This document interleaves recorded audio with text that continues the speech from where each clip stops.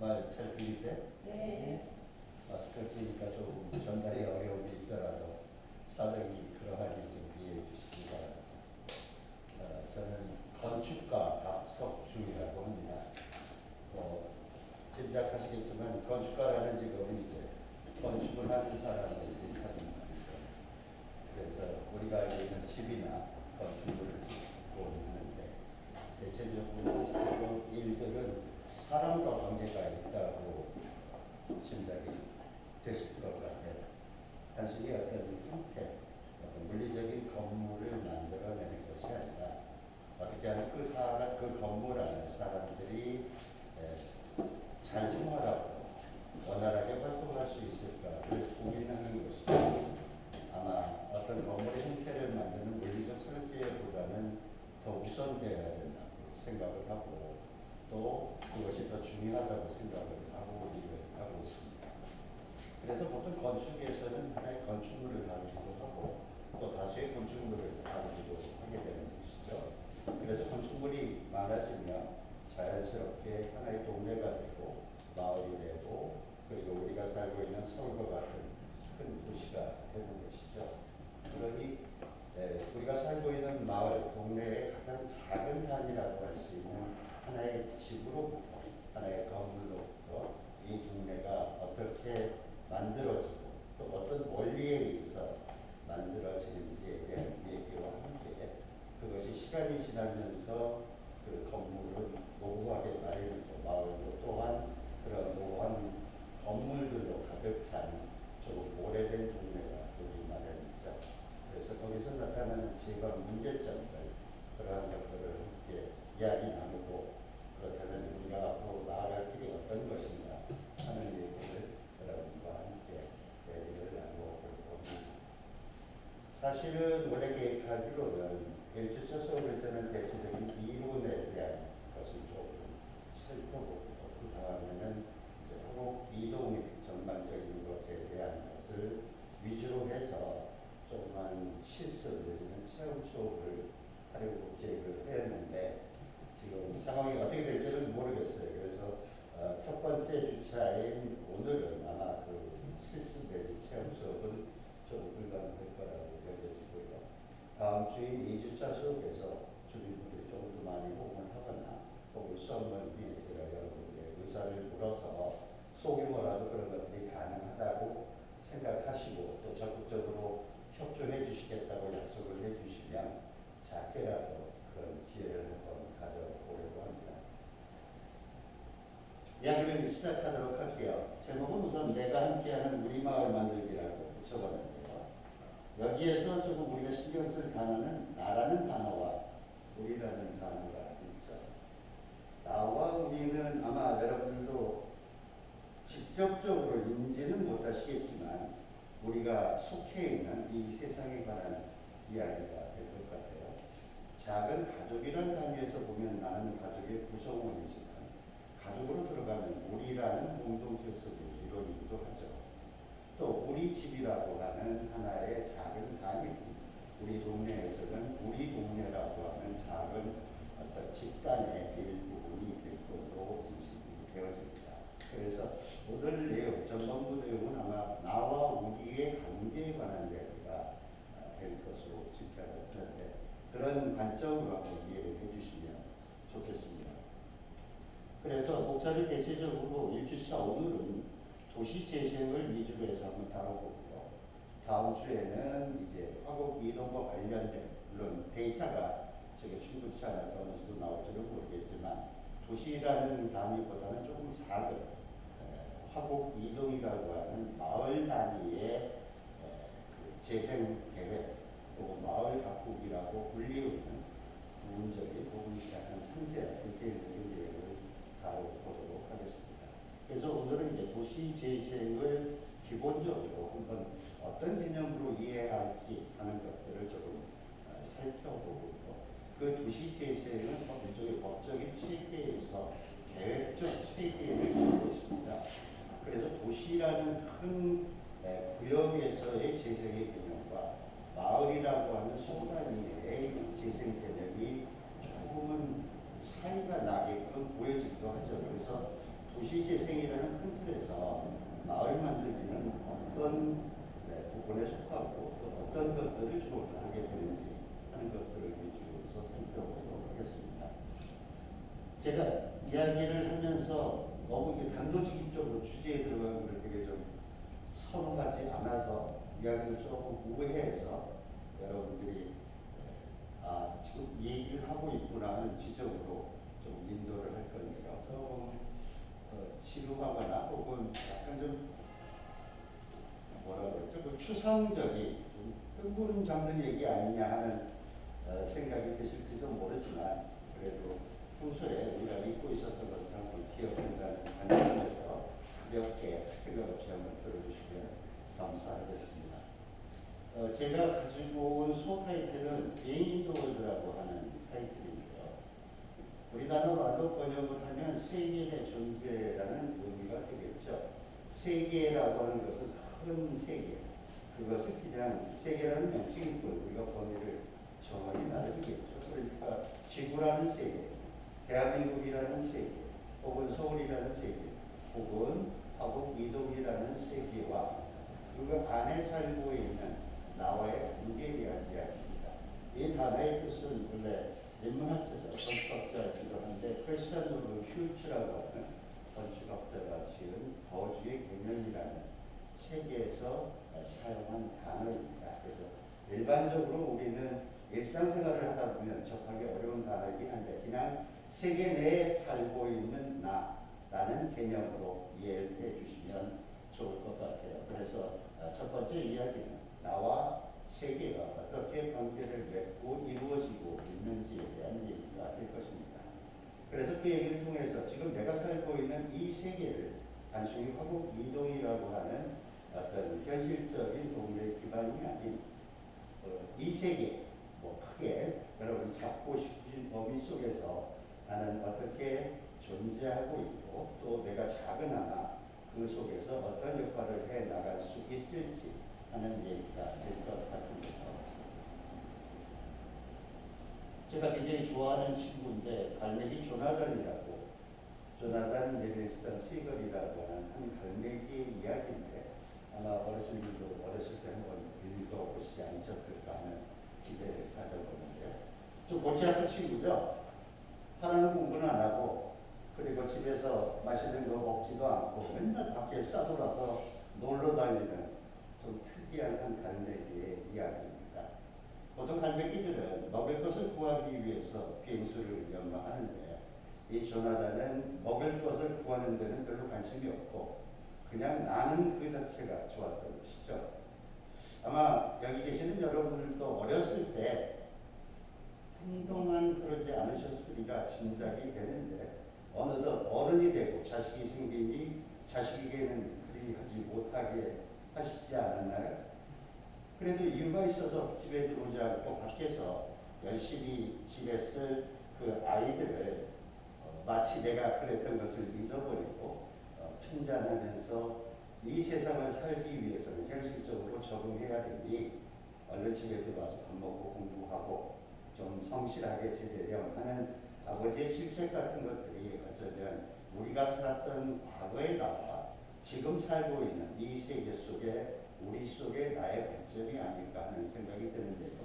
갈매기도 혼자 이렇게 있을 때는 굉장히 멋진 존재가 되죠. 어떠세요?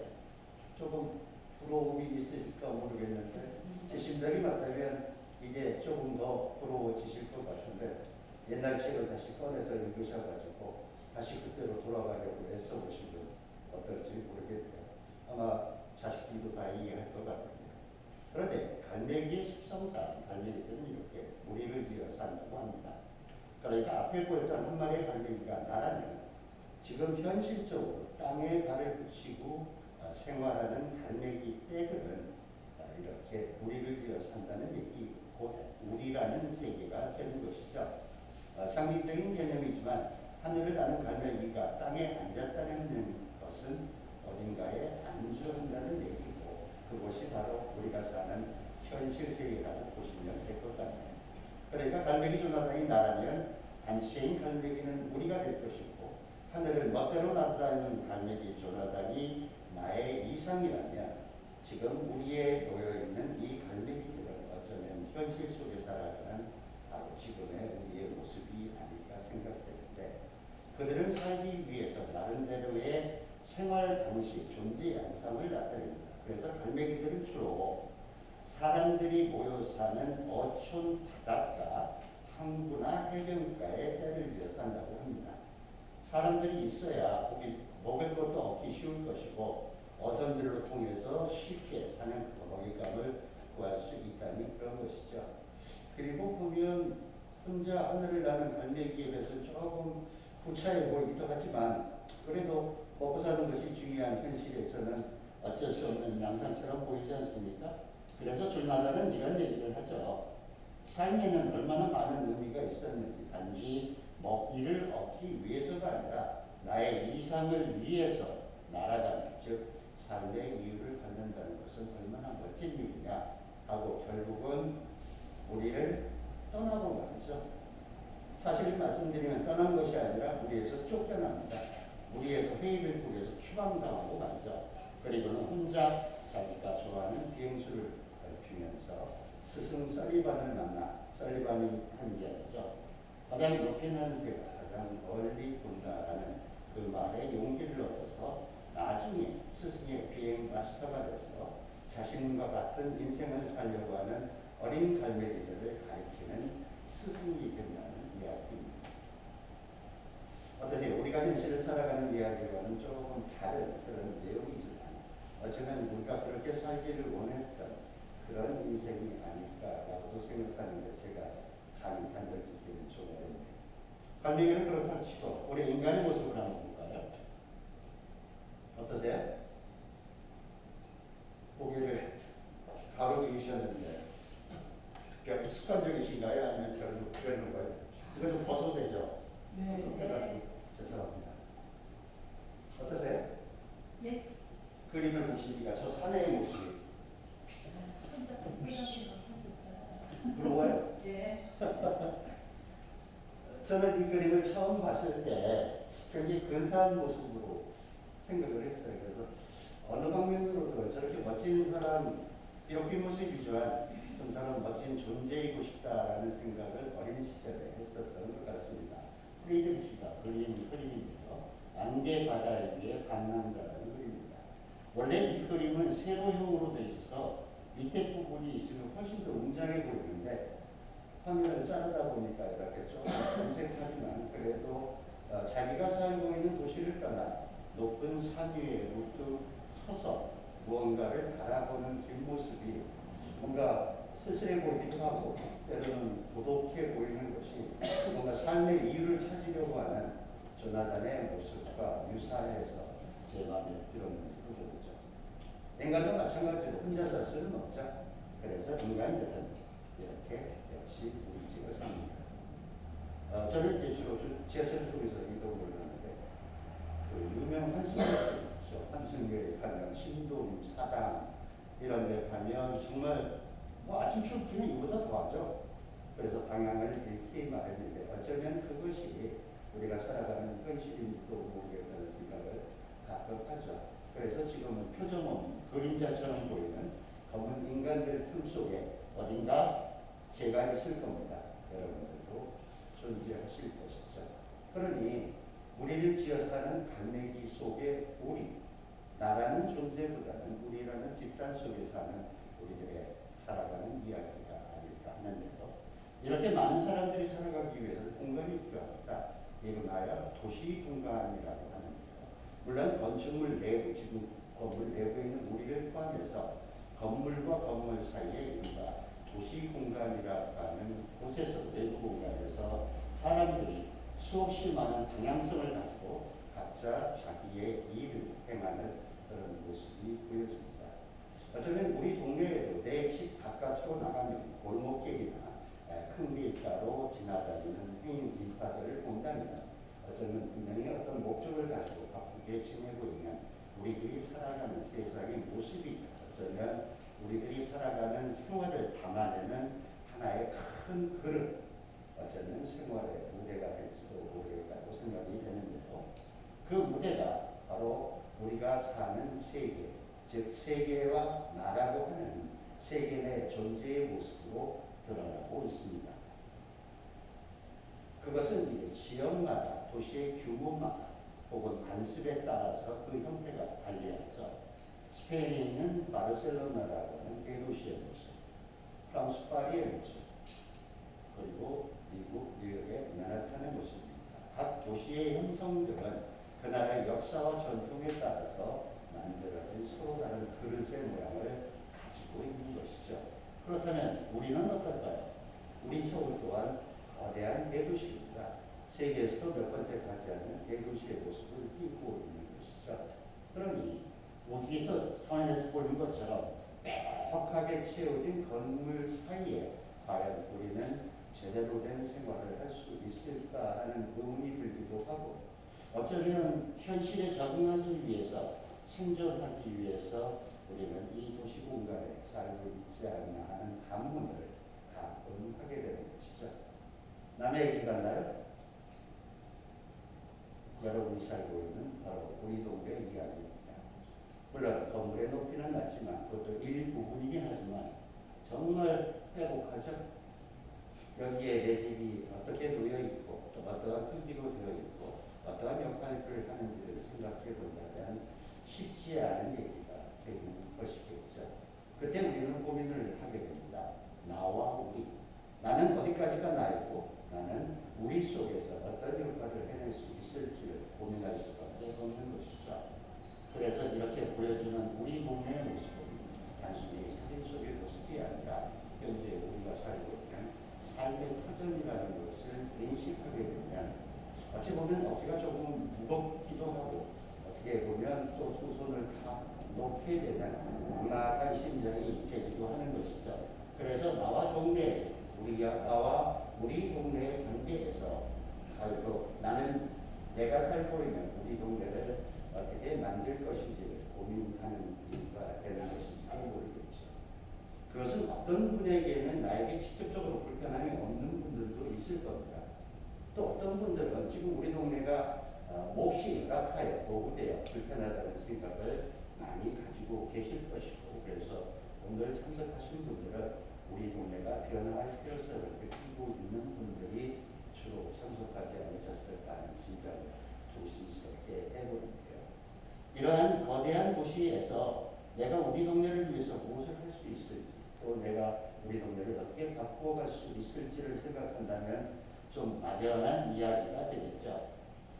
그래서 내가 무엇을 할 것인가가 아니라 내가 어떤 사람인지, 내가 어디에서 어떻게 살고 싶은지를 한번 고민해보는 시간을 가지려고 하는데요. 우리가 잘 알고 있는 빈센트 반 고흐의 그림입니다. 라크라의 추수라는 제목인데요. 오베르시스 오르라고 하는 우아즈라고 하는 지역의 넓은 들판 속에 자연 속에 뭔가가 한글 채우는 거, 물론 전체적으로 보면 하나의 마을이겠죠. 아직 도시화되지 않은 그런 자연 속에 어울리는, 자연과 함께하는 풍요롭지만 고된 삶, 어쩌면 예로운 삶이라고도 부를 수 있을 것 같은데요. 같은 시대 인상파 화가 후기 인상파의 클로드 모네의 작품입니다. 라시아르마 무슨 역이라고 제가 기억을 제대로 잘 못하겠는데요. 같은 시대의 그 시골 외곽 지역이 아닌 파리 도시 지역에 놓여 있는 한 기차역의 모습이죠. 아마도 이미 도시화돼서 건축물들은 굉장히 높은 위치로 되어 있고 건축물들이 연이어져 있는 것을 보면 도시화가 상당히 진화되어 있는 그런 상황으로 보여집니다. 더군다나 도시화의 상징인 기차역에서 기차가 증기를 꿈고 있는 것을 보면 뭔가 산업화 되어가는 그런 근대 도시 혹은 초창기 현대 도시의 모습이 아닐까 하는 생각이 되는데요. 어쩌면 우리가 지금 살고 있는 지금의 현실과 유사한 것으로 이해하셔도 되겠습니다. 자, 그러면 고호가 얘기했던 이 마을과 그리고 현재 우리가 살고 있는 이 도시, 이 두 개의 삶은 분명히 다를 겁니다. 그 동네의 모습이 다른 것이 아니라 어쩌면 살아가는 방식이 다를 것이죠. 그래서 우리가 고민하는 것은 우리 동네를 어떻게 만들어 갈 것이냐의 문제에 앞서 내가 어떻게 살 것인지, 어디에 살 것인지를 고민하는 것이 우선순위가 될 것 같아요. 그래서 마을 만들기는 무조건적으로 내가 살고 있는 마을을 들여다보고 문제점을 잡고 고쳐가는 것이 아니라 내가 그 마을에서 어떻게 살기를 원하는지를 인식하는 것이 더 먼저가 될 거라고 생각을 합니다. 내가 어떻게 살고 싶은지 구체적인 방식이 없는데 우리 마을의 문제점을 제대로 알 수 있을까요? 눈으로 보는 마을의 문제가 아니라 내가 살고 싶은 방식을 받아들일 수 있는 적절한 그릇과 모델로서의 동료를 우리는 찾아야 되지 않을까 하는 생각에서 1차적으로 우리들은 우리 마을이 어떤 마을인지를 살펴보는 일을 먼저 하게 되죠. 그리고 그곳에서 내가 살고 싶은 방식이 이러한데 우리 마을에서 과연 가능한 것인지를 물어가는 것이 아마 마을 만들기의 첫 번째 단계가 아닐까 하는 생각이 드는데요. 자, 이야기가 조금 거창했는지는 모르겠지만 제가 좋아하는 생택지배의 말입니다. 나는 도시의 건설자다. 강낭새발을 도시에 그만두었다. 강낭은 바람 속에 씨앗이었다. 나는 바람에 저항하고 땅에다 씨를 뿌린다. 나무가 신의 영광으로 자라나니. 조금 작가의 그림이니까 시인의 그림이니까 조금 어려울 수도 있는데 우리가 봄에 보면 꽃이가 날리죠. 꽃이 어떻게 날리죠? 바람이 불면 힘없는 씨앗은 나무 줄기에서 떨어져 바람을 타고 흘러가게 되죠. 그러나 한없이 흘러가지는 않죠. 어느 순간 바람은 멈추게 되죠. 바람이 멈추면 그 씨앗은 땅에 떨어집니다. 거기로부터 하나의 나무가 되는 과정을 설명하고 있는 것이죠. 그런데 여기는 단순히 씨앗의 이야기가 아니라 나라고 하는 한 존재, 어쩌면 우리 자신의 이야기를 하고 있는 것일지도 모르죠. 그리고 나는 무기력한 필용적인 씨앗이 아니라 도시를 건설하는 건설자라는 능동자의 태도를 취하고 있습니다. 도시라는 말이 너무 거창하다면 나는 동네 혹은 골목길의 건설자라는 것으로 바꿔보죠. 그래서 바람에 흩날리는 씨앗이 아니라 내가 의지로 내가 원해서 이곳에 머물고 살기를 원했다라고 작정을 하는 것이고 그것으로부터 굳게 땅에 뿌리를 내리고 살아가는 모습을 표현하고 있는 것이죠. 그런데 단순히 그렇게 살아가는 것이 아니라 제가 제일 좋아하는 말은 밑에 말입니다. 신의 영광으로 자라기 위해서. 제가 지금 종교적인 얘기를 하는 것이 아니라 내가 왜 사는지에 대한 이유를 분명히 알고 내가 세상에 나타난 나를 보낸 어떤 절대적인 의미에 따라서 뜻에 따라 사는 것이 멋진 인생이 되지 않을까 하는 이야기를 담고 있는 것 같아서 저는 굉장히 좋아합니다. 여러분도 지금 현실 속에서 어쩌면 가물가물하게 잊혀질지는 모르지만 어린 시절 꿈이 있으셨죠? 흔히 얘기하는 이상이 있었을 것이고 그것에 따라 사는 것이 어쩌면 가장 아름다운 삶이 아닐까 하는 이야기를 어린 왕자를 쓴 생텍쥐베리는 잠깐 여전히 우리들에게 이야기하고 있는 게 아닌가 하는 생각이 드는데요. 제가 이 얘기를 하는 것은 우리가 어떻게 지금에 이르는 과정에 도달했을까를 아주 짧게 설명을 드리고 싶어서 그럽니다. 인간을 표현하는 단어 중에 호모 사피엔스라고 하는데 호모는 사람이라는 뜻이고요. 호모는 뒤에 부사어로서 어떤 인간인가를 설명을 하는데 사피엔스는 생물학적 종류로서의 인간을 표현합니다. 그래서 보통 우리가 인류라고 하는 어떤 종족을 표현할 때 호모사피엔스라고 얘기하죠.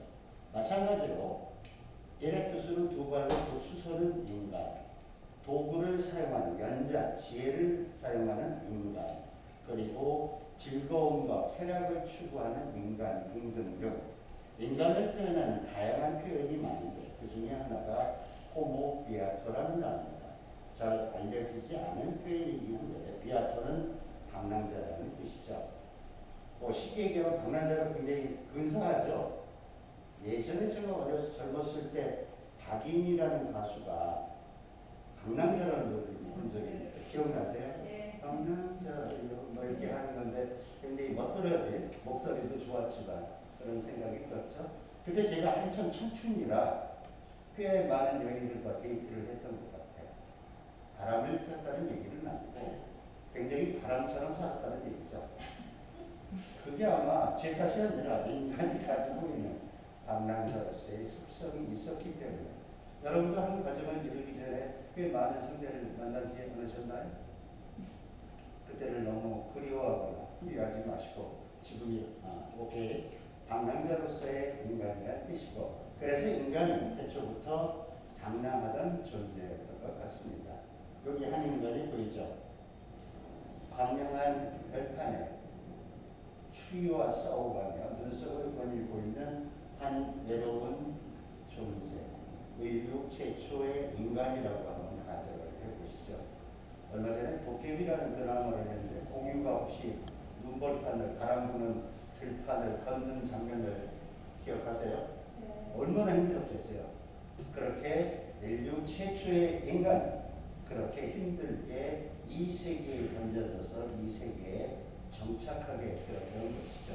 그러니 굉장히 어쩌면 위대한 사건이고, 생텍쥐베리처럼 결국 도시 건설자로서 저 푸른 초원에 그림 같은 집을 짓고 살아가는, 누구와 살죠? 사랑하는 님과 함께 살아가는 행복한 모습을 달성한 최초의 집이며 최초의 인류가 정착하는 모습이라고 짐작하시면 되겠습니다.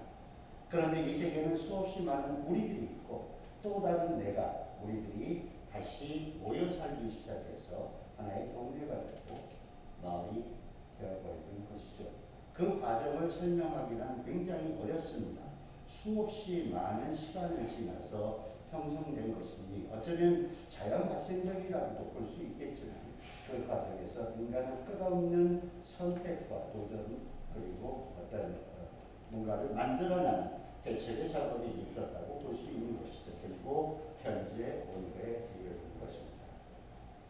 그러니까 지금 우리는 이미 만들어진 동네 속에서 태어나고 동네에서 자라고, 어쩌면 동네와 마지막 생을 같이 할지도 모르는 상황인 것이죠. 그러니 어쩌면 우리는 이렇게 다 갖추어진 곳에 태어난 것이 어떤 의미에서는 다행일 수도 있죠. 어떤 의미에서는 선택이 없으니 억울할 수도 있을 수 있겠지만, 이미 인간이 살기 좋은 환경 속에 살고 있다는 것은 분명한 것이고, 그러나 문제는 우리의 동네는, 우리의 마을은, 우리의 도시는 변화하고 있다는 사실이죠. 그렇다면 나 자신을 위해서 혹은 우리 후손들을 위해서 우리는 그 변화가 어떤 것인지를 인식해야 될 거라고 저는 짐작을 합니다. 그래서 마을에는 변화가 있기 마련이고, 그 변화를 예측하고 그 변화에 따라서 우리가 살기 좋은 마음으로 바꾸어 가야 된다는 얘기가 되겠죠. 두 개의 그림을 동시에 살펴볼까요? 아까 했던 그 그림이 좋았지. 가장 멋진 존재의 모습이라면 약 180년 후에 말러라는 화가가 프리드리 그림을 패러디해서 그림을 그립니다. 어떤 차이점이 보이시나요? 광활한 자연이 있던 곳을 바라보는 대신에 말러의 그림의 상은 대도시화된, 이미 산업화된 현대의 도시를 바라보고 있습니다. 어때요? 그런 관점에서 본다면 바라보는 풍경에 따라서 이 두 사람의 보이지 않는 표정을 짐작해 보실 수 있으시겠어요? 누가 더 행복해 보여요? 이쪽이요? 어쩌면 그럴 수도 있겠죠. 그런데 이게 과거의 사건이고 현재의 사건이 아니라 과거와 현재가 공존하고 있는 사건이라면 어떨까요? 여러분 가끔 주말이나 혹은 연말에 내가 살고 있는 도시를 떠나서 외딴 곳으로 여행을 가지 않나요? 새해 결심을 하기 위해서 해돋이를 보러 간다든지, 혹은 주말에 쉬기 위해서 산에 오르게 될 때 주말에 나 일상적인 나의 모습인 것이죠. 그렇다면 우리의 현실은 이곳이고 우리가 바라보는 곳은 이것이라는 얘기는 무엇일까요? 저도 답은 못 드리겠고요. 답은 아마 여러분의 마음속에 있지 않을까 하는데, 어쩌면 우리가 살고 있는 현실의 모습이 원활치 않아서, 만족스럽지 않아서 우리는 가끔 이렇게 되지 않을까요? 그렇다면 우리가 할 일은 분명해진 것이죠. 우리가 원치 않는 우리의 환경을 그래도 우리가 바라는 모습으로 바꿔야 되지 않을까 하는 생각을 하게 되는데, 한번 곰곰이 생각하는 기회가 되었으면 좋겠습니다. 우리가 이거는 뉴욕 맨하탄의 모습인데요. 그 두 가지의 모습이 적절하게 라인으로 의해서 형성되어 있죠. 맨하탄의 센트럴 파크라고 하는 공원인데 대규모의 공원이죠. 그런데 사실 이 공원은 자연적으로 있었던 것이 아니라 인간이 만들어낸 인공자입니다. 기존의 안반을 다 까내고 그곳에 새로 조경을 해서 홈스테드라는 조경가가 만들어낸 인공정원이라 그러면 조금 놀라시려나요? 여기 흐르는 호숫가의 물과 강물도 전부 펌프로 퍼올린 물이라고 짐작하신다면 여러분은 어떤 심정이 되실지 모르겠네요. 어쩔 수 없죠.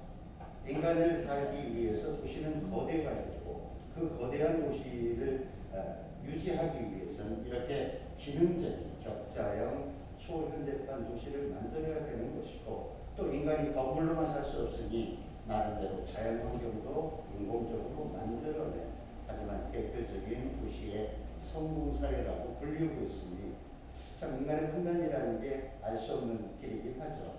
자, 우리의 얘기를 아까 보았던 그림과 함께 오버랩 시켜볼게요.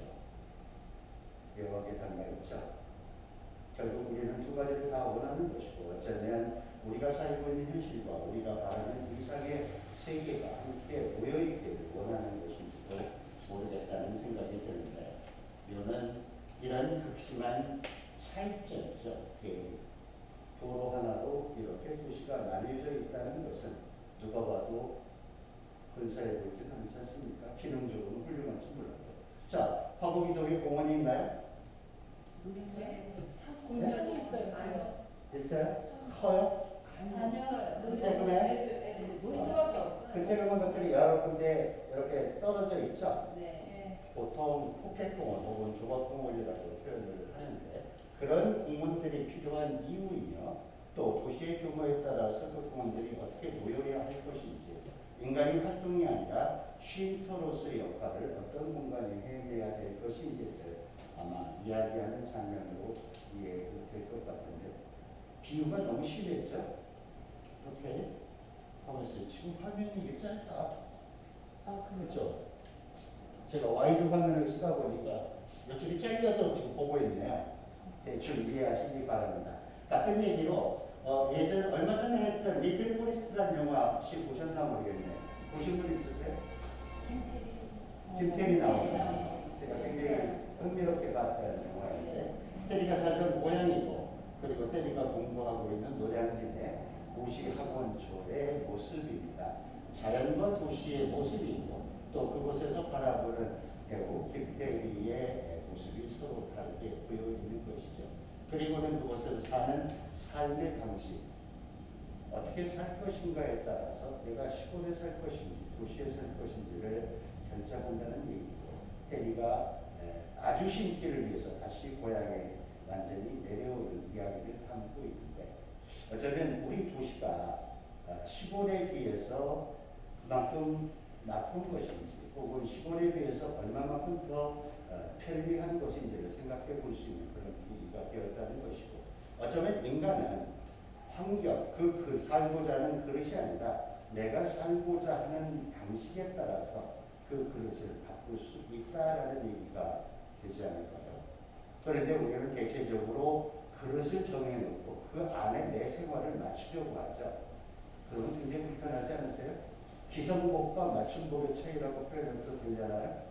잘은 모르겠지만 아마도 내가 어떻게 살 것인지를 알면 그에 맞는 그릇을 만들어 가시고 따라서 여러분은 우리 동네에서 내가 어떻게 살 것인가를 공유하고 그것에 맞는 그릇을 맞추어가는 일이 필요하지 않을까 하는 생각을 조심스럽게 해봅니다. 그래서 어디에서 살고 싶은지 어떻게 살고 싶은지에 대한 생각이 먼저 우리들에게 필요하죠. 그래서 고등은 고민하는 것이고 그 고민을 통해서 어쩌면 우리는 세계 속에 존재하는 것일지도 모르겠습니다. 그래서 여전히 우리는 우리가 살고 있는 것을 멍하니 바라보면서 묵묵하게 현실을 유지하고 있는데 그 바라보는 우리 동네의 모습이 멋있다면 좋겠다는 생각을 하는데 여러분 생각은 어떠신지 모르겠네요. 자, 그렇다면 동네라는 단위가 하나의 건축물보다는 좀 큰 규모이기 때문에 우리 동네에 대한 이야기를 조금 해보려고 합니다. 저는 이제 건축가이기 때문에 건축을 통해서 말씀을 좀 드리려고 하는데요. 그래서 건축에서는 항상 시간과 공간을 다루게 되어 있죠. 그런데 시간과 공간은 우리가 그 속에 있으면서도 우리가 인지를 못하는, 그냥 우리 주변을 흘러가는 것처럼 보이기도 해서 우리가 인식을 하지 못하는 문제들이 몇 가지 있어서 그 문제를 좀 살펴보려고 합니다. 처럼 여기에 나가 있어요. 나. 아까 처음에 수업초에 있던 나와 우리입니다. 그래서 나는 이제 여기 내 집이 생기는 것이고 우리는 우리 집이 생기죠. 즉 집이라고 하는 다 작은 단위에서도 나는 내 방이 있어요. 그죠? 그리고 우리 집이 있죠. 근데 부를 때 내가 머무는 방은 내 방이고 집은 내 집이라고 안 하죠. 우리 집이라고 하죠. 나와 우리의 분리가 가족이라는 최소한의 어떤 사회관계에서 형성되는 것이라고 본다면 어쩌면 우리 집을 내 집이라고 표현을 한다면 집과 동네의 관계는 집은 내 집이고 동네는 우리 동네라는 표현이 맞을 수도 있겠네요. 물론 우리 집이라는 표현은 관용적이니까 나와 우리 가족이라는 개념으로 우리 집이지만 어쩌면 동네의 입장을 본다면 내가 살고 있는 내 집이고 그리고 우리들이 살고 있는 동네라는 이야기가 되지 않겠어요. 그래서 내 집은 하나의 건물, 집으로서 형태에 관한 것을 이야기한다면 그렇다면 우리 동네는 어떤 것이 숨겨져 있을까요? 이 부분이 굉장히 어려운데요. 우리의 동네는 물론 이제 화면이 도시가 되는데 하나의 형태들은 묻혀서 보이지가 않습니다. 그러니까 아무리 고급주의들, 아무리 재료를 비싼 걸로 치장을 한다 하듯 우리 동네 속의 일부가 되든 그것은 그닥 중요한 게 아니라는 거죠. 결국 그 건물, 집들과의 관계, 집과 집 사이를 흐르는 골목길이 만나는 큰 길과 대로들, 그리고 비어있는 공터와 쉼터 같은 것들, 어쩌면 그런 것들이 건축을 뛰어넘어서 마을에서 구축되는 공간에 대한 이야기라고 볼 수 있고 그것에 숨겨져 있는 공원이나 쉼터 같은 것들이 어쩌면 우리들에게 필요하지 않겠냐 하는 생각이 드네요. 한 인간이 시간을 타고 흘러가는 모습입니다. 너무나 당연한 것이죠. 즉 시간 속에 한 인간은 나이를 들고 많은 모습이라면 어쩌면 장소에 대한 문제도 그러하죠. 혹시 동대문 선거길을 걸어본 적이 있으세요? 5분이 돼서 굉장히 좋은데 건강에 들어오니까 시간 내서 한번 길을 찾으시면 좋을 것 같아요. 그래서 길을 가다 보면 이런 장면이 보여요. 이게 작은 돌들이 불규칙하게 모양들이 불규칙하게 놓여져 있죠. 그리고 이쪽으로 가면 조금 좀 세련된 어느 정도 정돈된 돌들이 쌓이고 또 큰 돌들 그리고 벽돌의 색깔들이 전부 다르지 않습니까? 그 얘기는 바로 거기에 선거길을 걷다 보면 이런 팻말을 보시게 되는데 태조 때 지은 것, 세종 때 복원한 것, 숙종 때 새로 지은 것, 그리고 이 부분은 전임시장인 오세훈 시장 때 새로 축성한 복원한 선거길입니다. 그리고 언젠가 또 누군가가 무너진 곳에 새로운 것을 덧대게 하겠죠. 바로 수백 년의 세월을 볼 수 있는 선거길입니다. 어쩌면 우리 동네에도 이런 곳이 있게 마련이겠죠. 화면에 보이진 않지만 어디에는 굉장히 오래된 몇백 년부터 이루어진 것들 그리고 최근에 만들어진 것까지 많은 세월, 시간을 품고 있는 것이 바로 우리 동네입니다.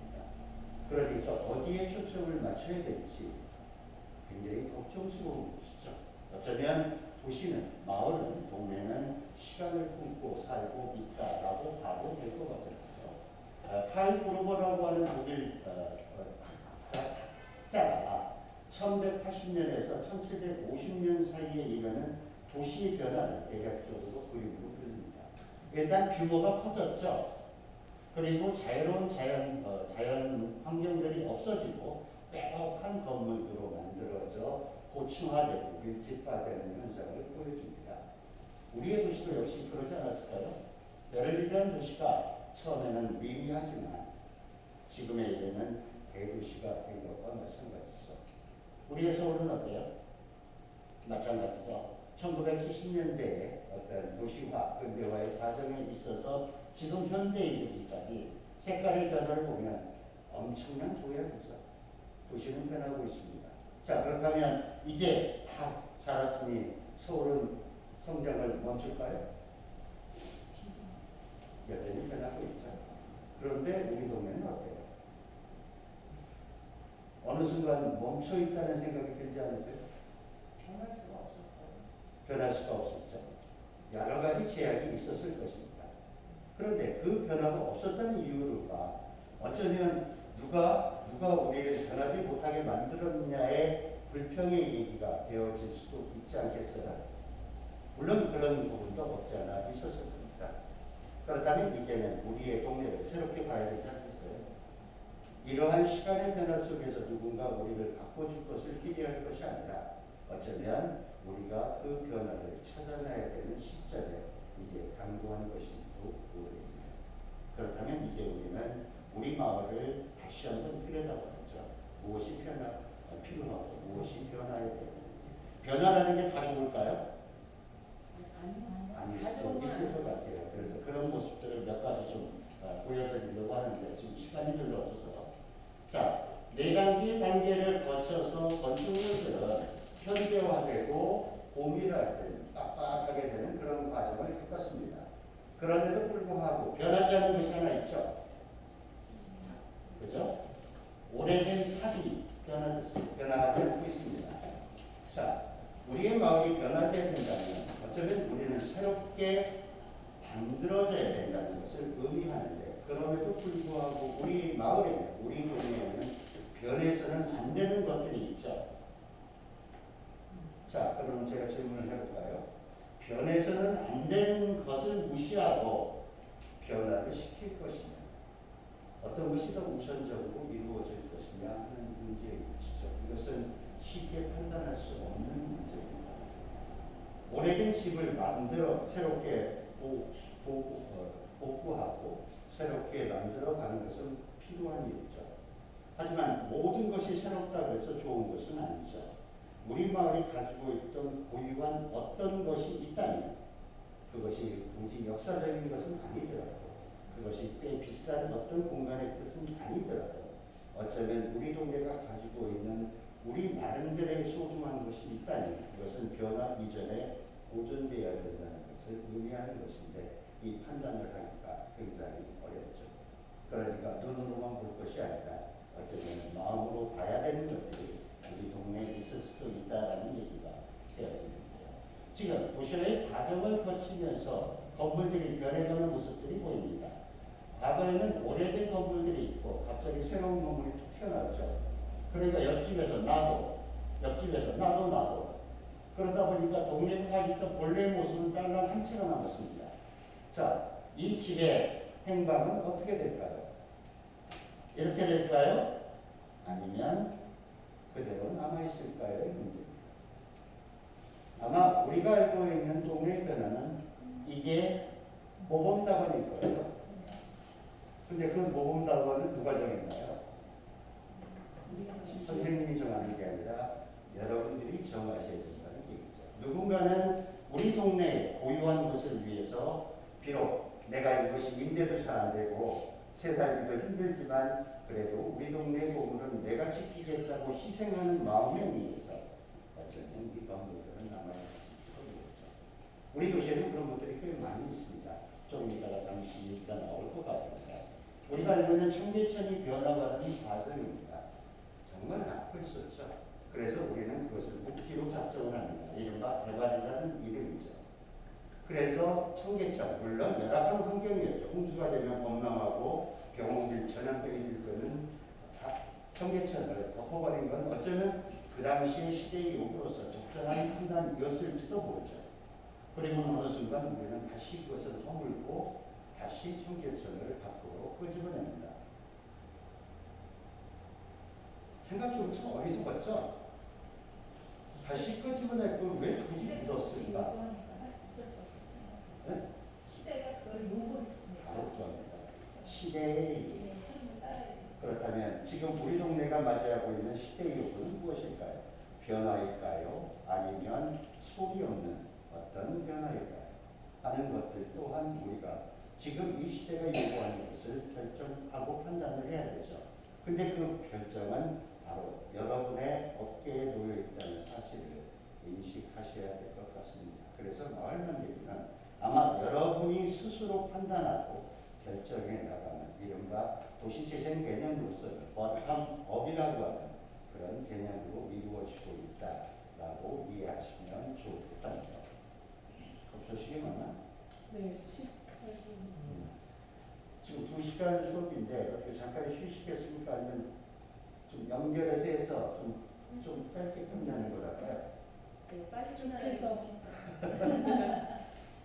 제가 여러분들에게 드릴 말씀이 많아서 빨리 끝날 수 있을지는 모르겠는데 최대한 중간에 좀 힘드시면 저한테 사인을 표정으로 하시면 제가 적당히 얘기를 마무리하고 다음 주에 또 만나니까 다음 주에 보더라도 할 수 있도록 하겠습니다. 결국 우리는 한때 우리에게 필요했던 것을 부수고 다시 꺼내는 작업을 하게 됩니다. 아까 말씀하셨듯이 바로 시대의 요구인 것이죠. 자, 그래서 바뀌어진 모습 가보셨죠? 어떠세요? 좋죠? 저도 어렸을 때 서울에 올라왔어요. 국민학교, 초등학교죠. 1학년 1학기를 마치고 올라왔는데 전라도 광주에 살다가 부모님이 직장을 옮기셔서 왔는데 그때 청계천이 흐르고 있었습니다. 제 기억은 잘 모르겠는데 어쨌든 흐르고 있었고 그 이후로 이런 것들이 만들어지기 시작했다. 그런 과정을 저로서는 겪은 셈인데 모르겠어요. 제 기억이 지금 아주 뜨문뜨문해서 확실한 건 잘 모르겠는데 어쨌든 전차도 다니고 전철도 다니고 그랬던 그 시절을 생각한다면 제가 알고 있던 많은 선변들이 묻혀버린 상태입니다. 제가 알고 있던 삼청동 아시죠?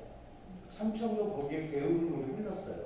저는 그곳에서 데이트를 했던 기억도 있는데 혹시 아세요? 근데 지금 다 복개가 돼가지고 거기에 카페들이 질비하게 가게들이 놓여져 있죠. 그만큼 도시들은 변하고 있고 어쩌면 우리 동네 화곡이동도 그런 변화를 겪었을지도 모르죠. 단지 우리는 무심코 지켜다 봤을 뿐이고 그러한 변화에 방관했을 뿐인지도 모르겠네요. 결국 시대의 요구. 그래서 우리들은 뜻 있는 사람들은 이렇게 변해가는 우리의 도시의 모습들을 기록하기 시작합니다.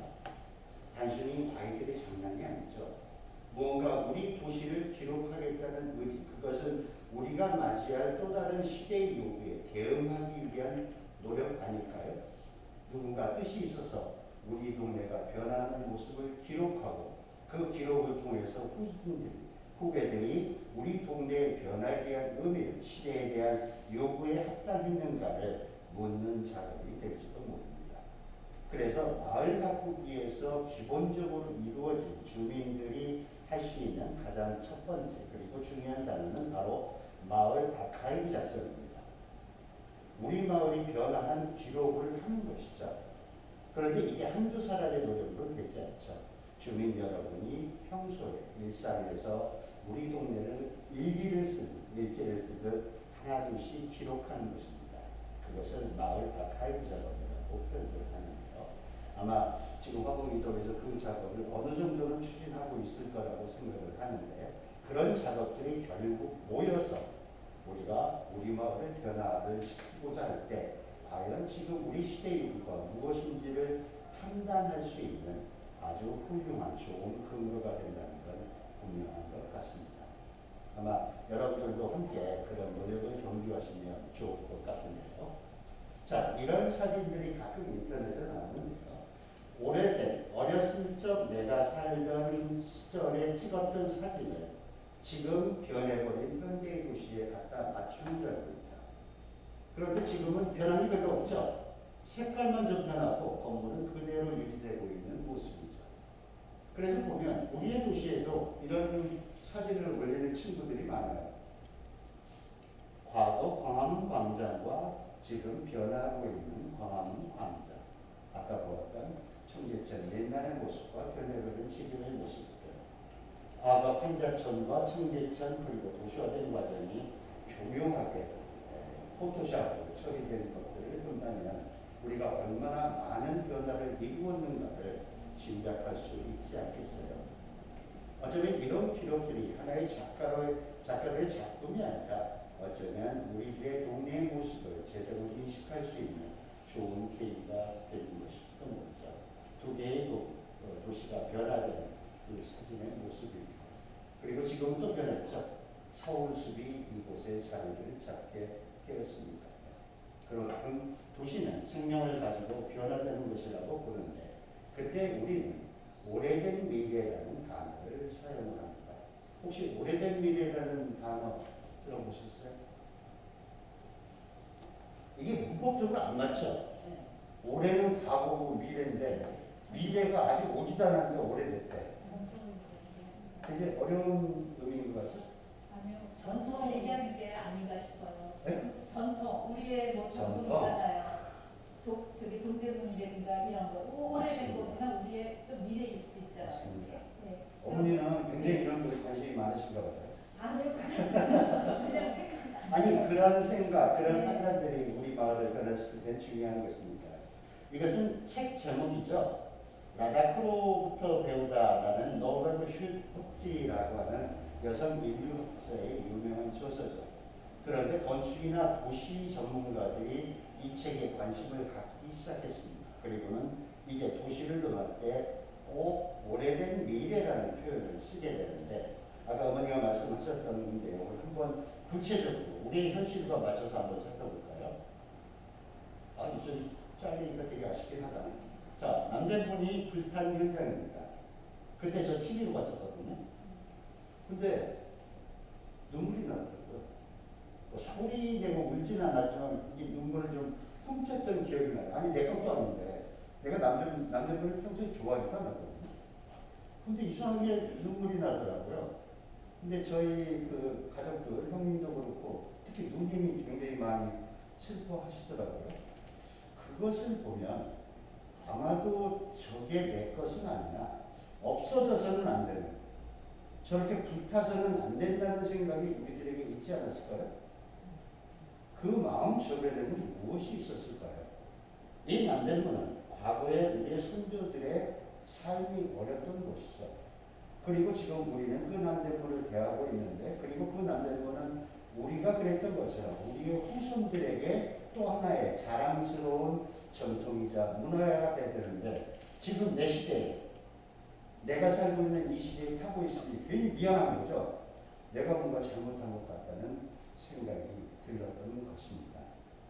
어머니가 말씀하셨던 오래된 현재에 존재하면서 과거에서부터 현재 그리고 미래까지 전해져야 할 것, 그래서 오래된 미래라는 표현을 도시학자들은 주로 쓰는데 도시재생 전문가들이 즐겨 쓰는 표현 중에 하나입니다. 그러니까 여러분도 어디 가서 한번 오래된 미래에 대한 이야기를 살며시 꺼내시면 이렇게 좀 생각이 있으신 것처럼 보이지 않을까요? 그래서 그 이후로 이런 작업을 하는 사람들이 많아졌습니다. 기록으로 남기는 거죠. 현재의 모습으로 남겨서 과거의 모습이 남겨져 있고 현재의 모습을 남겨서 지금 우리가 아닌 우리 후손들이, 후계들이 내게 참고가 되는 일이죠. 우리 마을 만들기는 한순간에 끝나는 짧은 사업이 아닙니다. 어쩌면 우리가 살아있는 동안에 완성을 못하는 일일지 모르죠. 그것은 또 다른 시대의 요구에 따라서 다시 미래에 후손들이 이어나가야 할 사업이 되는 것이죠. 그러니 우리 마을 만들기는 급한 마음으로 빨리 하는 것이 아니라 큰 그림 속에서 하나 둘씩 천천히 이루어 가야 한다라는 의미가 될 수도 있는 것이고, 그것이 바로 오래된 미래를 담는 방식이라고 이야기를 하게 됩니다. 그렇다면 이제 우리 동네에도 오래된 미래를 담아야 되지 않을까요? 일단 여러분이 이제부터 동네를 돌아다니면서 아주 근사한 것은 아니더라도 그래도 우리 동네에서 오래된 미래에 속하는 것들이 무엇인지를 한번 살펴보시면 도움이 되지 않을까요? 분명히 있을 겁니다. 예를 들어서 군산 같은 그 도시재생, 나중에 제가 다시 한번 사례로 설명을 드리겠는데, 근대 역사거리라는 있습니다. 거기 가면 뭐 하다못해 우체통이라든지 하다못해 방앗간이라든지 하는 것들이 오래돼서 낡고 그 기능이 쇠퇴하였는데 그것을 새로 개조해서 카페를 만들고 베이커리를 만들어가지고 사람들이 다시 모이게 하는 그런 과정들이 있거든요. 그러니까 그것이 역사적으로 아주 큰 것이 아니라 일상적으로 우리의 생활을 담았던 조그만 방앗간이라 할지라도 그것을 없애버리지 않고 그것이 필요하다면 무언가 현재를 위한 역사를 위한 새로운 그릇으로 바꾸어 간다면 그것이 바로 우리의 오래된 미래가 되는 것이죠. 결국 오래된 미래는 과거의 것이 아니라 어쩌면 오늘 우리가 현재 쓰는 의미 있는 것들이 앞으로 오래된 미래가 될 수 있지 않겠냐는 것이죠. 그러니 우리의 마을 만들기는 바로 오래된 미래를 위한 첫 걸음을 만드는 것이다 라고 생각하셔도 무방할 것 같습니다. 자, 좀 복잡한 이론 얘기를 어쩔 수 없이 해야 되겠네요. 저도 여러분에게 뭔가를 전달해야 되는 소명이 있으니 여태까지 이야기를 조금 딱딱한 이론적인 이야기로 하되 간단하게 설명드리도록 할게요. 보통 우리가 도시와 관련된 변화에 대해서 얘기할 때 개발이라는 얘기와 재생이라는 얘기를 사용합니다. 도시 재개발이라는 말씀 들어보셨죠? 네. 재생이라는 말씀 당연히 들어보셨고 두 개의 차이점을 아세요? 재개발은 기자는 땅부터 조절이 다시 하는 거고 예산은 있는 상태에서 좋은 건 남기고 안 좋은 건 붙여놓고 그렇죠. 일반적인 개념이니까 여러분 많이 들으셨을 것 같아요. 또 극단적으로 얘기하면 재개발은 완전히 밀어버리고 새판을 짜는 것이죠. 물론 이제 방식에 따라 틀리긴 하겠는데요. 재생은 그런 의미는 아닙니다. 완전히 없애는 것이 아니라 불필요한 것을 솎아내는 작업이죠. 그리고 새로운 것들을 개조해 나가는 것, 그리고 불편한 것들을 변화시켜가는 과정을 담고 있습니다. 그렇다면 어떤 것이 좋은지를 판단하기는 어려운 것이고 과거 우리가 도시를 계획했던 시각을 좀 살펴볼 필요가 있을 것 같아요. 그렇다면 지금 부정적으로 인식되는 도시재개발은 그 당시에는 왜 그랬어? 라고 묻지 않겠어요? 그런데 아까 우리가 얘기했듯이 그 당시에 시대적 요구가 있었다는 얘기가 되죠. 전후 파괴된 독일의 모습입니다. 뭐 전범국이니까 뭐 당연한 것일 수도 있겠지만 어때요? 대부분의 도시가 파괴되고 말이죠. 그래서 사람들이 갈 곳이 없었습니다. 이럴 때는 어떻게 해요? 이거 뭐 새로운 거 죽고 살리고 한 별로 없죠? 이건 재난 상태예요. 여러분 뭐 수재민 현장 이런 데 한번 가보셨어요? 거기는 빨리 생활할 수 있는 것을 만드는 것이 문제이지 뭐 내 집을 예쁘게 만들고 그럴 시점이 아니잖아요. 그때 바로 그랬던 것 같습니다. 그래서 건축가들, 도시계획 전문가들은 시대정신이라는 말을 쓰게 되죠. 그 시대정신은 자이트가이스트라고 해서 독일에서 처음 시작된 개념적인 어휘입니다. 프랑스에서는 이것을 에스프리 누보라고 하죠. 같은 얘기죠. 우리나라 말로 우리 얘기하면 시대정신 혹은 새로운 정신입니다. 우리가 여태까지 봐왔던 우리 동네, 우리 도시에 대한 시각을 새롭게 봐야 된다는 것이죠.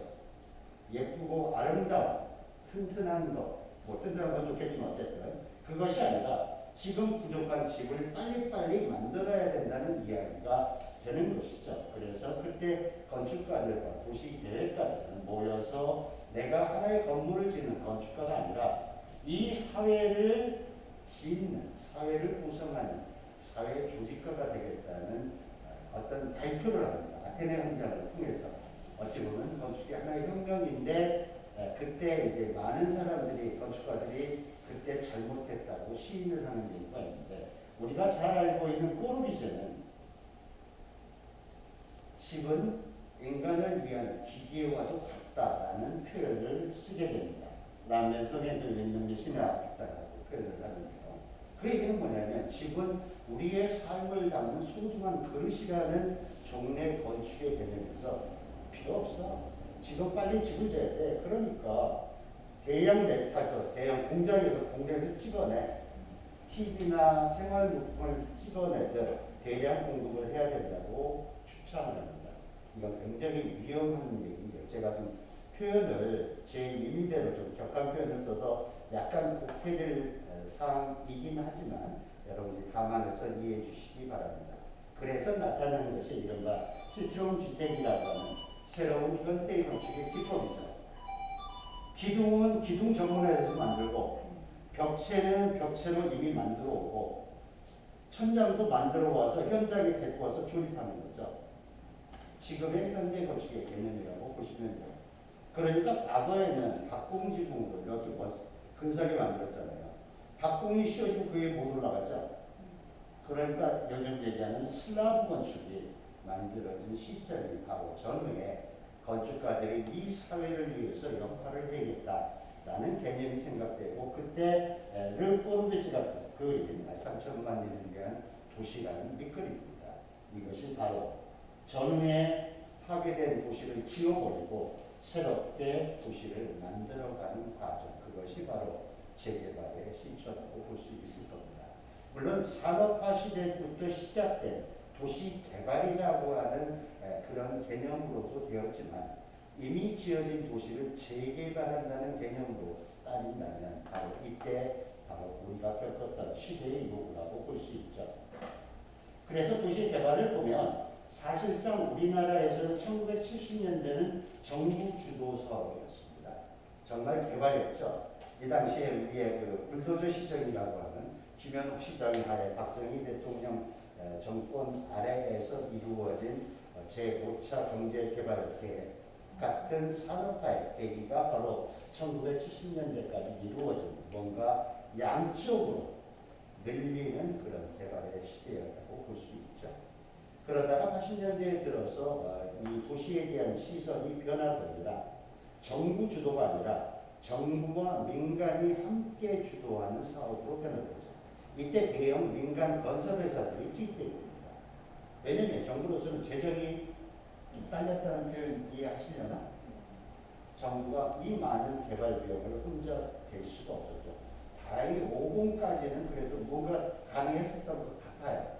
그런데 이제 그 정부 그 시대가 바뀌면서 그러기 어려운 상황이고 이제 민간 이른바 대기업들이 도시 개발에 참여하게 됩니다. 그러니 정부는 일정 비용, 토지를 공급하고 건설 비용은 민간에서 주도하다 보니 그때 이제 지금 우리가 안고 있는 도시의 문제점들이 그 속에 담겨져 있었던 것이죠. 과연 누구를 위한 도시인가라는 질문들이 나오기 시작합니다. 즉 도시에 사는 시민들이 아니라 건설하는 어떤 세력 뭐 이런 사람들을 위한 것이 아니겠느냐 하는 것이고 그때 무분별한 어떤 계획들이 만들어지기 시작했다고 보시면 될 것 같습니다. 어쨌든 굉장히 복잡한 얘기라 제가 단적으로 설명드리기는 어렵고요. 그래서 2000년대 초에 새로운 도시에 대한 시각이 보여지는데 그것이 바로 도시 재생이라는 문제입니다. 물론 도시 재생의 역사를 보면 20세기 초반에 영국에서부터 시작된 운동으로 꾸준하게 이루어졌긴 했었어요. 그런데 21세기 초에 이르러서야 비로소 도시 재생의 필요성이 인식되었고 현재 우리나라에서도 바로 2000년대 초반부터 도시 재생에 대한 필요성이 나타났는데 그 시대적 변화에 대한 그림을 살펴보면 이렇습니다. 우리가 잘 알고 있는 여기 뭐죠? 일제강점기 때 일어난 근대 도시화, 종로, 을지로, 퇴계로가 타율적으로 잘리면서 우리의 전통과 역사의 맥이 끊겨가던 시대 그런 것들이 지금 우리 서울의 모습으로 형성이 되었던 것이죠. 그리고 이제 세운상가와 청계천, 복개 뭐 이런 것들 그리고 3.1빌딩과 고도의 대도시 재개발 이야기가 나오게 되는 것이죠. 그리고 나서 이제 르네상스 시대를 맞게 되는 것이죠. 르네상스가 어쩌면 재창조라는 뜻 아닙니까? 그러니 재생의 개념과 조금 맞아떨어지는 것이고 그때부터 우리는 과거에 잘못됐던 시대의 요구에 급했던 문제들을 다시 해결하고 개선하려고 하는 시점이 바로 도시 재생에 의해서 이루어지는 것이다 라고 이해하면 되는 것이고 지금의 이 시대의 요구는 훗날 또 바뀌겠죠. 어떻게 될지 몰라요. 조금 글루미한, 조금 우울한 소식인데 한때 도시 재생의 성공 사례로 보여줬던 몇몇 마을들이 완전히 그 모든 사업이 정리된 채 이제 어찌가 오가지도 못하는 상황에 놓여 있는 것도 사실입니다. 물론 몇몇 지역에 국한적인 거죠. 그러니 오죽하면 그렇게 잘 나가던 그곳들이 도시재생의 실패로 인식되는 경우도 있는 것이죠. 그러니 도시재생은 시대의 변화에 따라서 새롭게 변화되어야 하는 것은 분명한 것 같아요. 물론 그 판단과 선택은 바로 여러분들에 의해서 이루어져야 된다는 것을 반드시 인식하셨으면 좋겠습니다. 그래서 우리는 지금도 여전히 많은 어떤 시대의 요구에 당면하고 있는 것이고 그 시대의 요구를 해결하는 방법들은 과거에는 있던 것을 지워버리고 새로운 것들을 그려내는 이른바 재개발이라고 하는 방식에 의해서 이루어졌고 그것이 현재 우리들의 모습들을 상당 부분 많이 바꾸어냈다고 볼 수 있을 것 같습니다. 세운상가 잘 아시죠? 네. 최근에 가보셨나요? 아니요. 다시 세움이라는 말씀 들어보셨어요? 옛날에 세운생가는 세상의 기운이 모인다라는 취지 아래 김현욱 불도저 시장과 박정희 대통령이 만드는 역작이죠. 지금 이 4개의 블록을 가로지르는 거대한 맹화 건축이라고 세계에서도 굉장히 유명합니다. 그런데 이것으로 인해서 개발에 의해서 지금 보시는 것처럼 종로, 을지로, 청계천, 퇴계로가 단절되고 그것을 잇는 것이 맹어드 건축이었으니 이건 현대적 개념이었어요. 그러니 외국에서도 굉장히 알려진 건축물입니다. 더군다나 이걸 설계하신 분이 우리나라 1세대 건축가이신 김수근 건축가 선생님, 꽤 알려지신 분이죠. 그분의 작품이니 그런데 그것을 없애야겠다고 얘기를 하는 사람들이 있어요. 근데 그것은 뭐냐면 우리 서울이 북악산과 남산을 잇는 거대한 녹지축입니다. 종묘에서부터 창덕궁, 종묘 그리고 남산에 이르는데 얘가 녹지가 아니라 건물이잖아요. 그래서 욕을 엄청 먹었고 지금도 욕을 먹기도 하는 건물이기도 하죠. 그래서 어느 순간 이런 그림이 그려졌어요. 세운상가 재개발대회. 그래서 일부는 실행을 하다가 지금 멈췄어요. 여기가 지금 이 종묘가 있어가지고 역사 미관직으로 묶여가지고 고도저항을 풀지를 못해가지고 지금 조정 중입니다. 그래서 지금 이런 청사진을 그려놓는데 다시 말해서 세운상가 건물을 없애고 이렇게 돼 있죠. 어떠세요? 근사해 보이세요? 그렇지 않습니까? 이것이 개발의 모습이었어요. 그런데 박원순 시장 시절이죠. 그 시절에 새로운 도시재생에 대한 그림을 그려놓습니다. 나중에 이렇게 할지라도 지금 당장 없애지 말고 쓸 수 있는 대로 한번 써보자 해서 만들어진 게 이른바 도시재생 개념의 다시 세운 프로젝트죠. 그래서 지금 가면 이 안에 있는 전자분 구상가들은 이미 다 옮겨졌고 이 안에 살고 있는 젊은 예술가라든지 혹은 소규모의 벤처 같은 회사들이 그 자리를 차지하고 있어요. 그리고는 그 공간을 차츰차츰 열면서 이런 핫플레이스가 되죠. 맛집도 되게 많고요. 맛있는 카페도 많고 빵집도 많고 청년 창업자들이 이곳에 하나둘씩 모여들고 있습니다. 물론 그것이 도시의 완전한 변화를 의미하는 것은 아니죠. 하지만 지금 이 시대의 이 순간에 어쩌면 무언가 우리들에게 의미 있는 것을 시사하고 있지 않을까 하는 생각이 들어서 보여드리는 것인데 한번 다녀오시면 어떨까 하는 생각이 드는데 굉장히 볼 것도 많고 데이터가 좋습니다. 한번 다녀오시죠. 어머니 아까 뭐 말씀하실 게 있으셨던 것 같아요.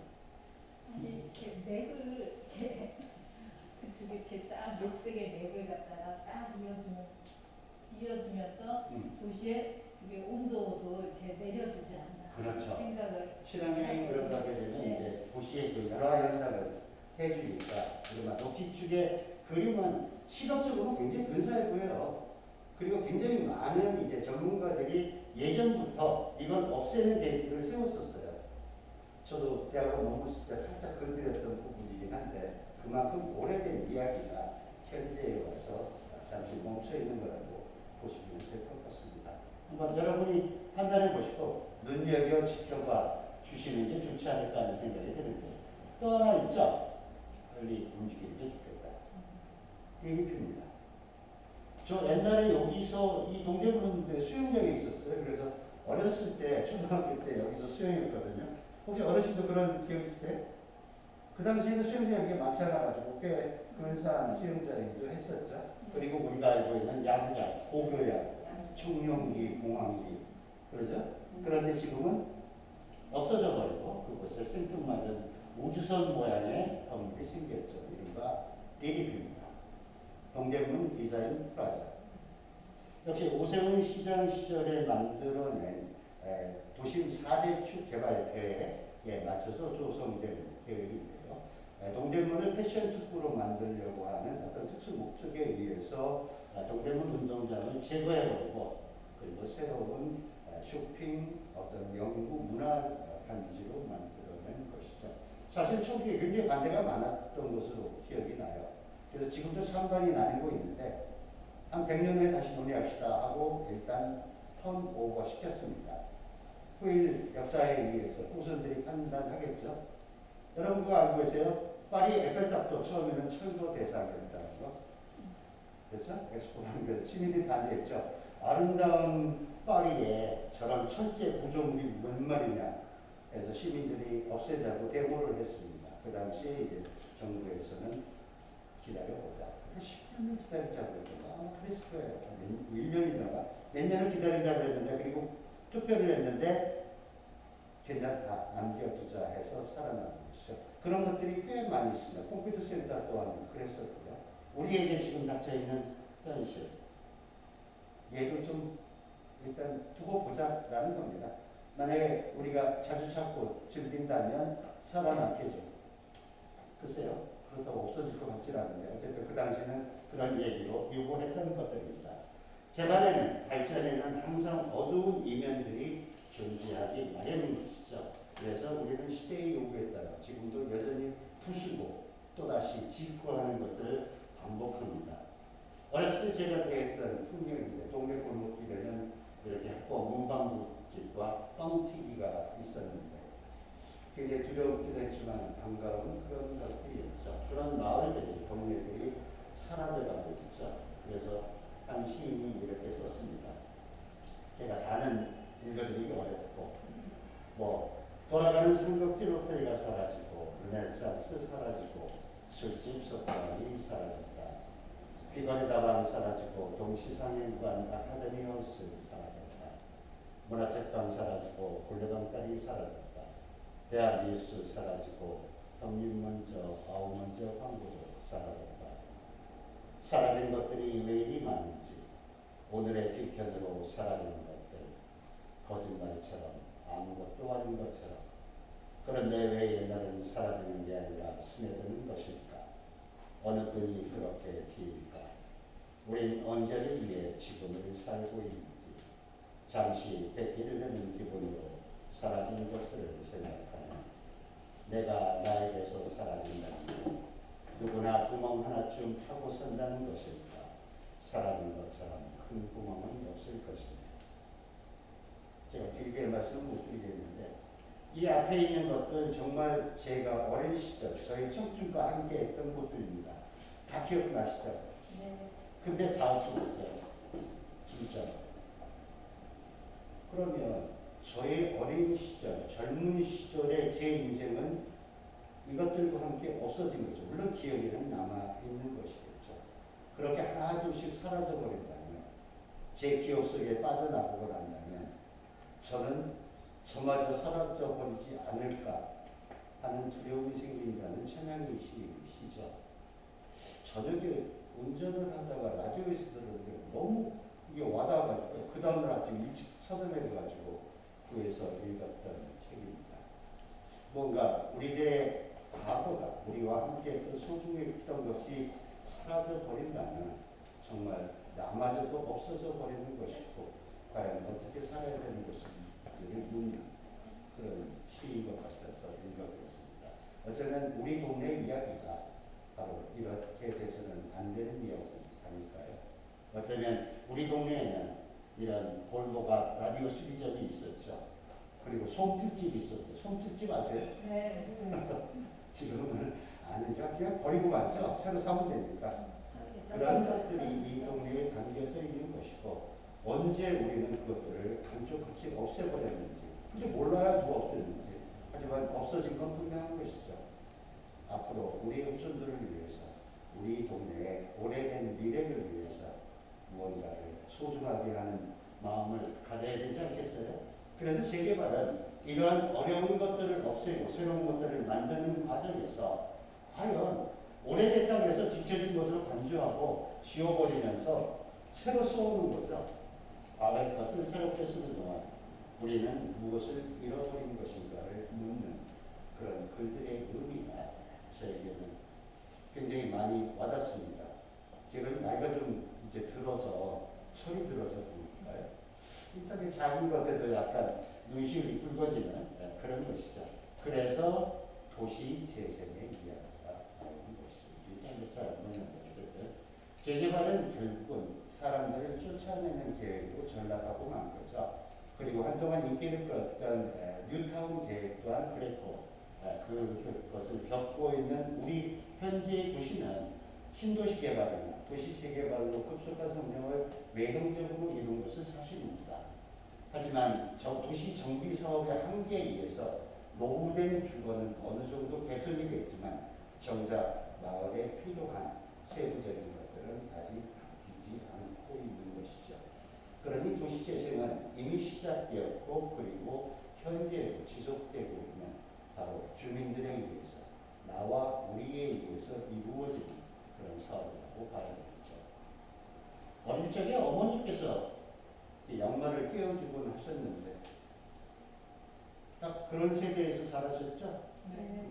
구멍난 양말을 신고 지나던 그런 세대에서 자랐었는데 이제 요즘 하시나요? 아니에요. 안 하죠? 네. 어리석은 짓이 돼버리고 말은 그냥 지금 양말이 옛날처럼 안 나오잖아요. 그래 어떨 때 하고 그러니까 청바지 입고 나면 요즘 젊은 애들도 이걸 또 좋아해요. 저도 좋아하긴 하는데 그죠? 귀여워지는 것. 글쎄요 마음만 먹으면 날 갖다가 버리지 않아도 되지 않을까 하는 생각이 드는데 우리 동네도 어느 정도 나이를 먹었으니 일부는 이렇게 듬성듬성 구멍이 나 있지 않겠어요? 그렇다고 해서 우리 도시를 우리 동네를 버리고 새 동네로 만들기보다는 필요한 대로 대충 되고 예쁘게 돼서 멋진 찢어진 청바지를 한다 만드는 것이라면 제 비유가 적절한지는 모르겠습니다만 어쩌면 우리가 우리 동네를 바라보는 시각에 대해서 다시 한번 생각해 봐야 되지 않겠냐 하는 거죠. 사실은 동영상으로 준비가 되어 있는데 동영상이 좀 시간이 걸릴 것 같아서 간단하게 요점 정리를 했습니다. 한 푸르미가 사는 동네인데 요거 나중에 국토부 여기 하면 푸르미의 도시재생 이야기하면 동영상으로 유튜브에 있거든요. 굉장히 간단하면서 재밌는 내용이니까 한번 읽어보시기 바랍니다. 내가 살던 마을이 어느 날 개발붐이 일어서 재개발 재건축에 의해서 아파트 단지로 변화되는 과정을 지켜본 푸르미가 자기 동네에 대한 이야기를 전하는 겁니다. 바로 도시 개발이었죠. 그러다 보니 그곳에 살던 사람들이 쫓겨나고 상가가 문을 닫게 되는 그런 현상이 발생하게 되는 것이죠. 이거는 새롭게 만드니 가게를 새로 만드니 그 임차인이 그 임대료를 비싸게 받고 또 상가에 새로운 업자들이 기존의 상가들이 다 쇠락하게 되고 많은 것이죠. 그래서 푸르미는 이런 도시 개발 대신에 무언가 오래된 우리 동네를 그대로 남겨두고 변화시키는 도시재생에 대한 이야기를 아주 귀엽게 설명을 하는 것이죠. 그래서 주민들이 함께 자라는 마을 만들기인데요. 첫 번째는 상가 활성화를 통한 재생 이야기입니다.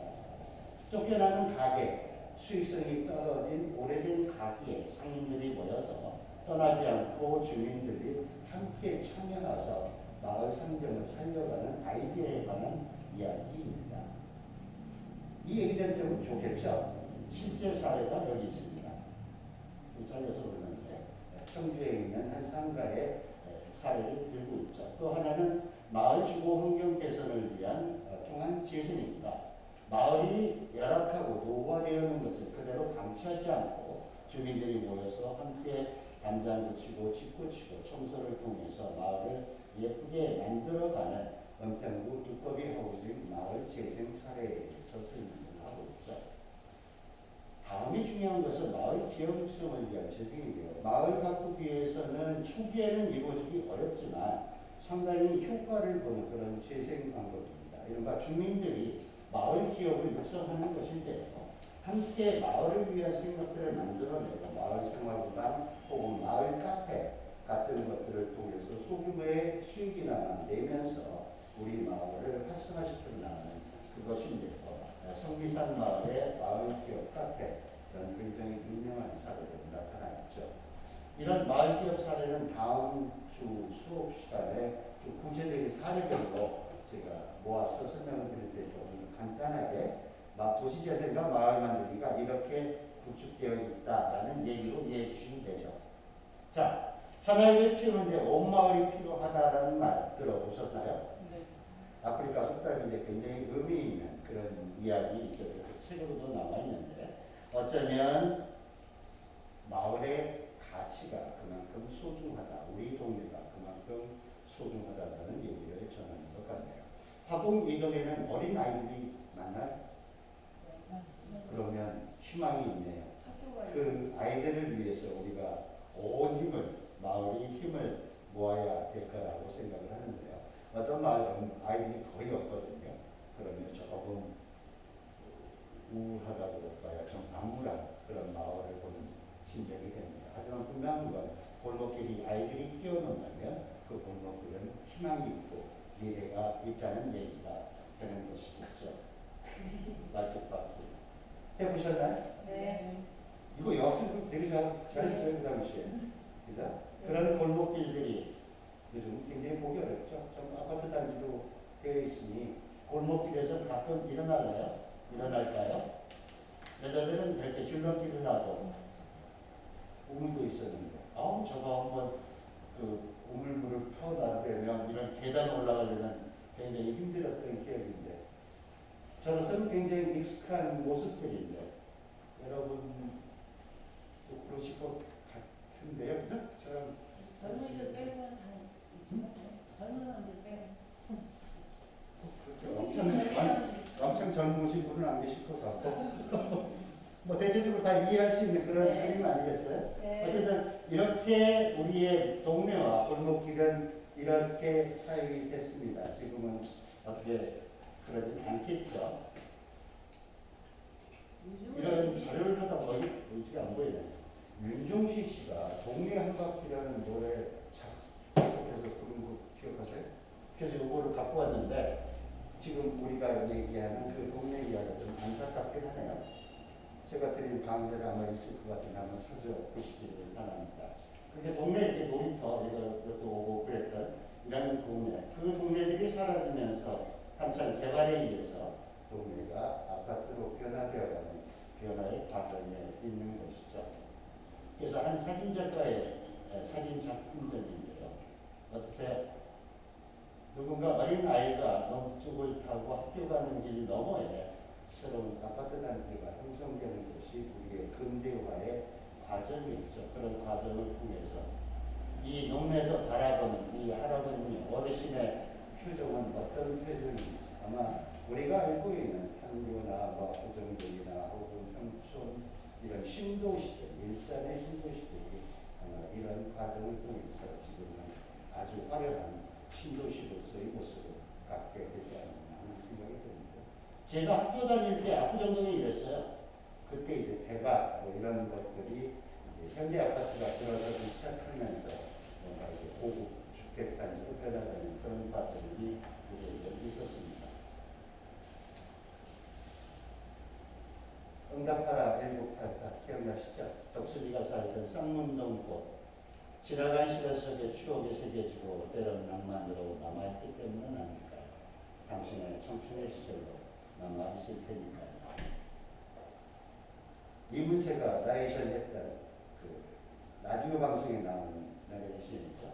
굉장히 소중하게 바꾼 것 같은데 아마 여러분도 보셨을 것 같고 그때 우리가 살던 골목길은 물론 촬영 때는 일부 세팅이긴 했었지만 어쩌면 아까 우리가 봤던 그런 것들이죠.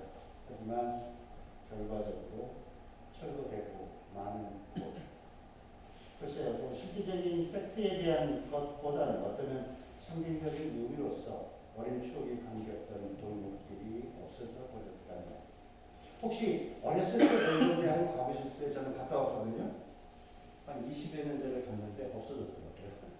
골목길이 없어지고 거기에 그 빌라가 생겨가지고 꽤 슬펐던 것 같아요. 그때 진짜 술 한잔 진하게 했던 기억이 나는데 아마 대부분 없어지지 않았을까 하는 줄도 보시기를 바랍니다. 우리 아이들이 그런 슬픈 추억을 하게 만든다면 누구의 잘못이 될지 아니면 그것이 잘못이 아닌지는 좀 두고 봐야겠죠. 그래서 그런지 이런 골목길의 이야기들을 기록하는 많은 예술가들과 작가들이 있습니다. 그들은 수고를 하면서 스스로 골목길을 탐방을 하죠. 이화여대 임석택 교수입니다. 시간이 되면 이렇게 골목길을 돌아다니면서 사진을 찍습니다. 그리고 그 골목길을 기록하는 작업이죠. 이른바 동네 아까 말씀드렸던 마을 아카이브 작업입니다.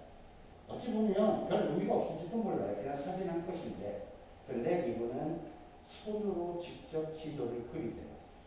그래서 이 책 속에는 제가 굉장히 아끼는 책인데 실제 책이거든요. 보면 얼마 남지 않은 우리 시대의 골목길, 그리고 이제 사라져버릴지도 모르는 골목길을 기록하는 것이 이 시대의 건축가의 역할이다 라면서 이 책을 만드셨습니다. 근데 이게 참 좋은 게 뭐냐면 이 책 가지고 데이트하기 좋아요. 서울에 한 13군데, 12군데 정도 지역에 이런 골목길이 남아있는 곳을 지도를 직접 그리셔서 설명을 하거든요. 그래서 이렇게 하면은 그 책만 따라가면 굉장히 하루가 거뜬해지는 그런 느낌이라 한번 그래서 읽어보시는 것도 도움이 될 것 같습니다. 자, 도시재생은 쇠퇴하고 죽어가는 우리 동네를 불이 들어오게 하고 무언가 환경을 개선하는 사업입니다. 1차적인 물리적 개선, 물리적 환경을 개선하는 사업이라고 볼 수 있죠. 하지만 도시재생 그리고 마을 만들기의 최종 목적, 가장 중요한 사항은 겉이 아닌 그 속에 사람들이 불을 켜고 사는 곳을 만들어낸다는 것이죠. 이건 굉장히 중요한 얘기입니다. 예를 들어서 환경을 깨끗하게 만드는 것도 중요하지만 어쩌면 내가 그곳에서 행복한 동네에서 우리와 함께 살아간다는 것, 결국 이 불이 꺼지지 않는 한 우리 동네는 어쩌면 계속 지속되지 않게 하는 것이고, 어쩌면 우리가 우리의 동네를 바뀌어야 되는 강의성과 이유가 되는 것이죠. 이 물 속에서 편안하게 잠들고 있는 우리의 후배들, 우리의 후손들, 우리의 2세들이 자라고 나면 다시 우리 동네는 그들의 노대가 되지 않겠습니까? 그래서 도시재생, 우리 동네에 꺼져가는 불빛을 다시 켜는 것이 도시재생이요 마을 만들기다라고 보시면 될 것 같아요. 도시재생에 대한 이야기는 지난주도 그렇고 조금 이해를 하셨을 것 같아서 간단한 개념 정도만 살피도록 하겠습니다. 이전에 물리적 도시개발에서 사람과 장소 중심의 도시재생을 하는데 공간을 만드는 것이 아니라 공간을 만드는 것이 과거의 개발이었다면 이제는 공간에 사람을 중심으로 장소를 만드는 것이죠. 공간과 장소는 건축에서는 약간 다른 개념으로 씁니다. 공간은 그냥 물리적인 공간이에요. 장소는 그곳에 사람이 경험이 축적이 돼서 그곳이 변화되는 마음속에 공간화되는 것이 바로 장소라고 보시면 될 것 같아요.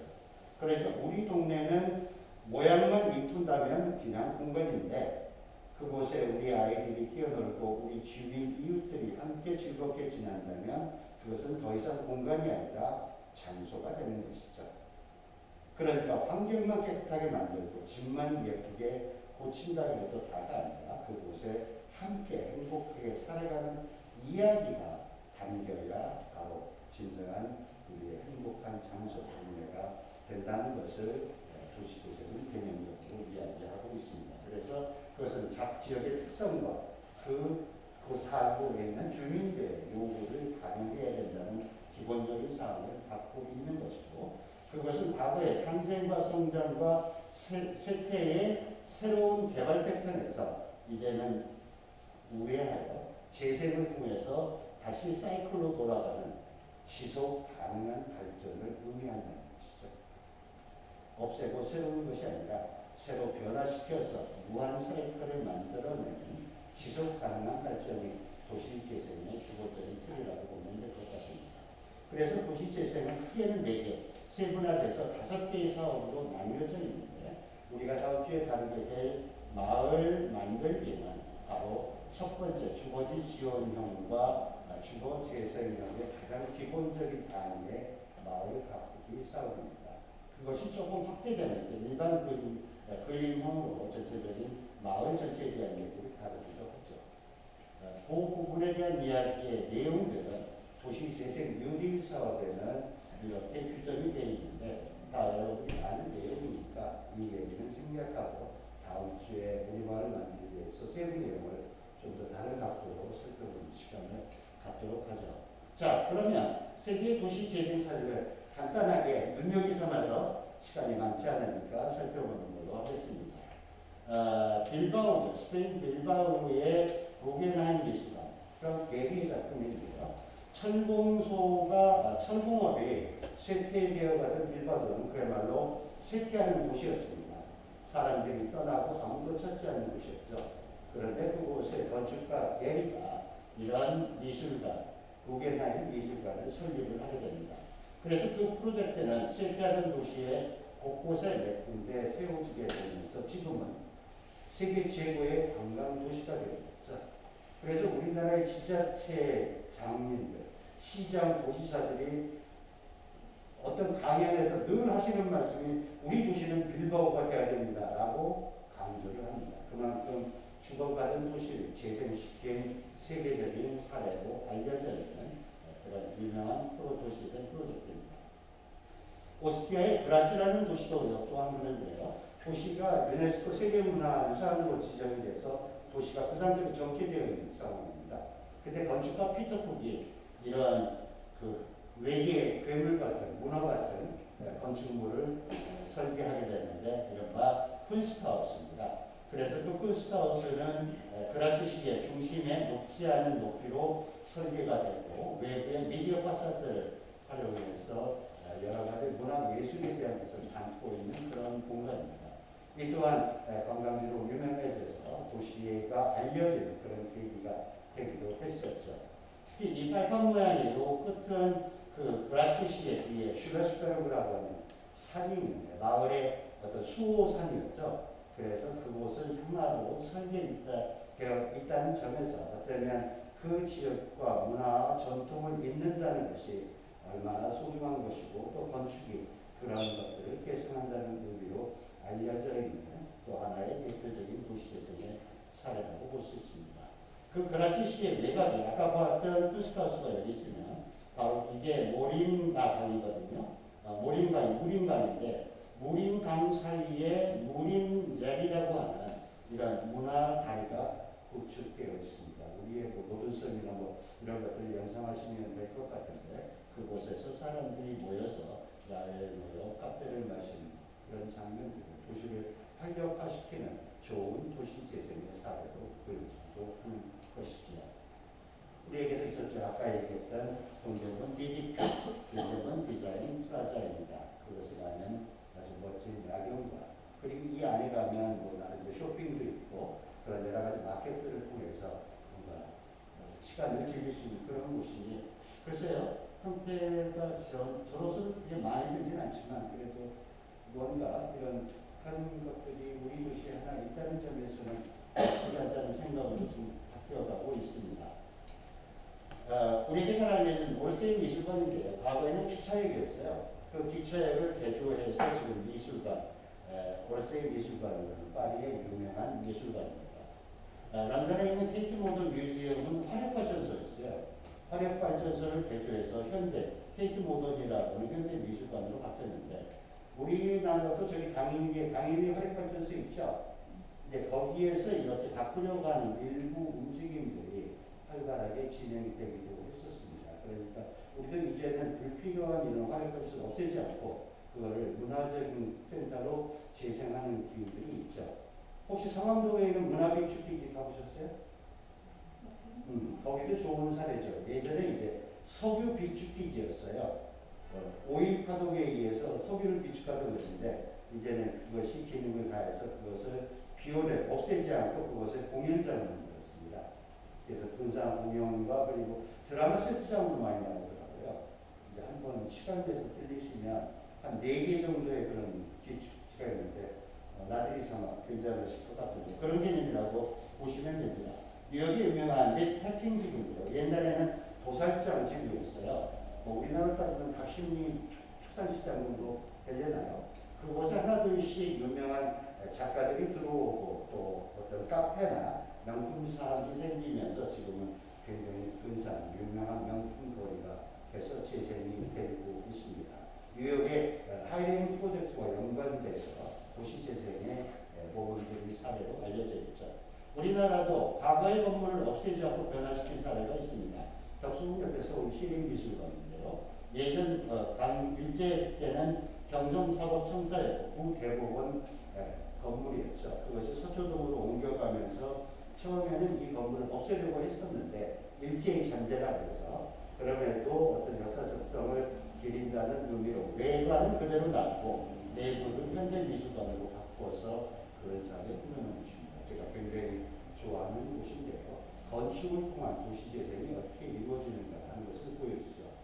보통 마을 가꾸기에서는 마을 카페, 주민 커뮤니티 공간 같은 것들을 만들잖아요. 그런 것들은 새로 짓기보다는 이렇게 마을의 오래된 건축물을 개보수해서 리모델링해서 옛날의 모습의 현대적인 기능을 합해서 하면 저는 굉장히 좋고 의미 있다고 생각을 하거든요. 그래서 그런 제안을 많이 하는데 지자체들은 아닌가 봐. 그냥 있던 건물 멋진 건물 다 없애고 새롭게 신축하더라고요. 저는 그게 너무 가슴이 아파. 뭐 현대적인 미는 있겠지만 의미가 별로 없는 것 같아서 저는 주민분들이 오랫동안 기억하는 어떤 장소를 그런 식으로 개조해서 주민 상황방, 커뮤니티 센터로 쓰면 굉장히 의미가 있지 않을까 하는 생각이 드는데 한번 생각해 보시기 바랍니다. 부산 감천동 태국마을인데 일사후퇴 때 해방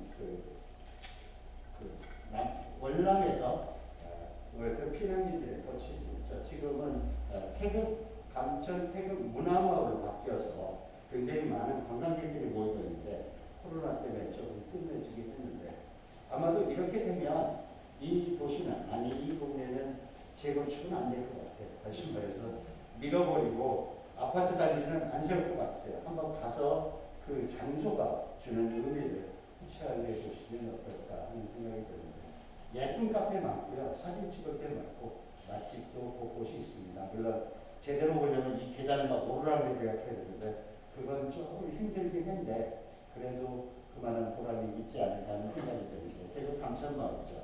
그리고 우리가 잘 알고 있는 도시재생의 대표적인 사례는 서울 북촌의 풍경이죠. 그리고 이화동 벽화마을 그리고 익선동 요즘 핫플레이스로 뛰고 있는 거죠. 나분산가 옆에 있는 익선동 그리고 서촌의 대호서점 서촌 많이 아시죠? 건축학교를 나왔던 곳인데 그리고 요즘 뜨고 있는 성수동의 핫플레이스 수제공간거리와 서울숲과 연결되어 있는 그런 대표적인 재생 사례인데 저는 굉장히 긍정적인 시선으로 바라보고 있습니다. 가서 한번 보시고 특히 성수동이 이제 주거지역과 밀접한 도시재생이 확실히 눈에 띄는 것 같아요.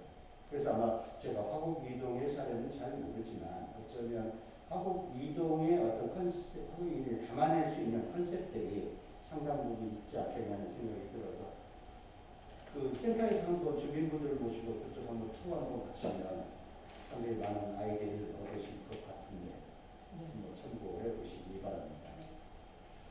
제가 좋아하는 선유도공원입니다. 여기서 그다지 멀지는 않는데 양화대교 그 남단에 있죠. 그래서 예전에는 이게 조선시대 정선화백이 그림을 그릴 정도로 유명했던 절경이 있었던 곳이고요.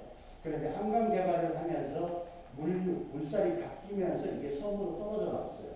원래는 섬이 아니었는데 그러니까 우리의 자연에 대한 개발이 그렇게 무섭다는 얘기 아니겠습니까? 그래서 그곳에 정수장을 줬습니다. 그래서 한동안 서울 시민의 식수공무원이 됐죠. 그런데 서울 시민들의 인구수가 늘어나니까 용량이 부족해서 저쪽 남양주로 옮기고 이것을 공원화계획으로 바뀌어냅니다.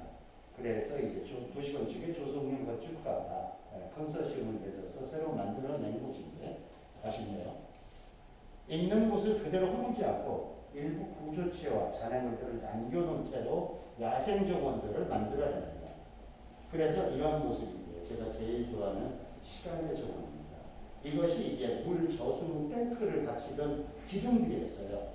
그래서 지붕과 탱크를 덜어내니까 이런 구조물만 남아있죠. 이 아이디어가 저는 너무 좋아요. 서서울 호수공원. 네? 서서울 호수공원이래요. 네? 서서울 호수공원이요, 우리 여기. 아 그래요? 네, 거기 이렇게. 아 그러셨어요? 네. 워낙 유명한 것이라 이걸 이제 좀그 가는 경우가 많은데 어쨌든 그래서 가면 이제는 사람들을 모이고 공연을 하든 근사 뭔가 시간의 의미가 느껴져서 저로서는 굉장히 좋아하는 그런 공연 중에 하나입니다. 주변에도 이렇게 많은 것들을 하고 있습니다. 요즘 안 보이는데요. 여기는 이제 군산 경암동 철길마을입니다. 과거에 이제 페이퍼코리아라고 하는 회사가 공장의 신문지 종이를 만들기 위해서 철길이었는데 아쉽네요. 거기에 함께 사람들이 살았던 곳이죠. 근데 이제 철길이 멈추고 기차가 멈추고 그 철길에 사람들이 하나 둘씩 찾아오기 시작하죠. 그래서 지금은 이렇게 일시적인 아마 관광 코스로 되어 있습니다. 사실 최근에 갔다 왔는데 조금 너무 현실화된 느낌, 너무 상업화된 느낌이라 제가 초창기에 갔을 때 그 약간 애리는 그 심정은 사라져버리고 약간 눈살 찌푸리게 되는 그렇게 되어버렸더라고요. 좀 아쉽지만 그래도 과거에 어떤 것, 그것이 의미가 있어서가 아니라 어쩌면 그것들이 남겨진 상태를 외면하지 않고 그대로 뭔가 현재형으로 만들어가는 과정이 저로서는 좀 의미 있는 작업이 아니었던가 하는 생각이 듭니다.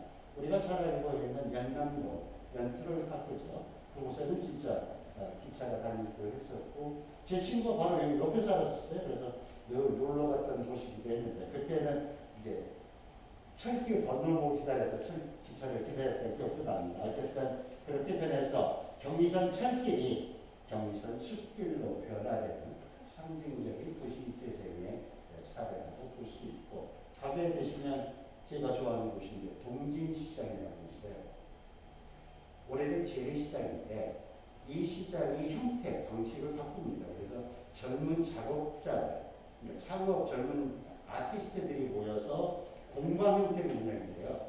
주말만 되면 바자회도 하고 직접 체험도 할 수 있는 전통시장 활성화를 위한 좋은 사례로 여겨지고 있는데 한번 들려보시면 괜찮을 것 같거든요. 우리가 잘 알고 있는 서울로 프로젝트입니다. 과거의 고가도로의 어떤 기능적인 면을 철거하지 않고 사람들이 거리는 한번 다녀오셨나요? 제가 올드한가 이런 거 되게 좋아해요. 딴건 되게 개방적인데 또 이런 면들은 좀 약간 볼 수 있는 게 있어가지고 어쨌든 미국에 아까 말씀드렸던 미국의 하이웨이 프로젝트와 연관된 상당히 의미 있는 작업으로 저는 현재까지는 받아들이고 있습니다. 물론 반대하는 사람이 더 많이 계실 것 같긴 한데 자 이러한 도시 재생이 마냥 좋을 것이냐 하는 이게 그러나가 있는데 지금 빠져있네요. 두 개의 지도는 어찌 보면 같은 동네를 보여주고 있죠. 누가 한번 두 개의 그림을 비교해 보시기를.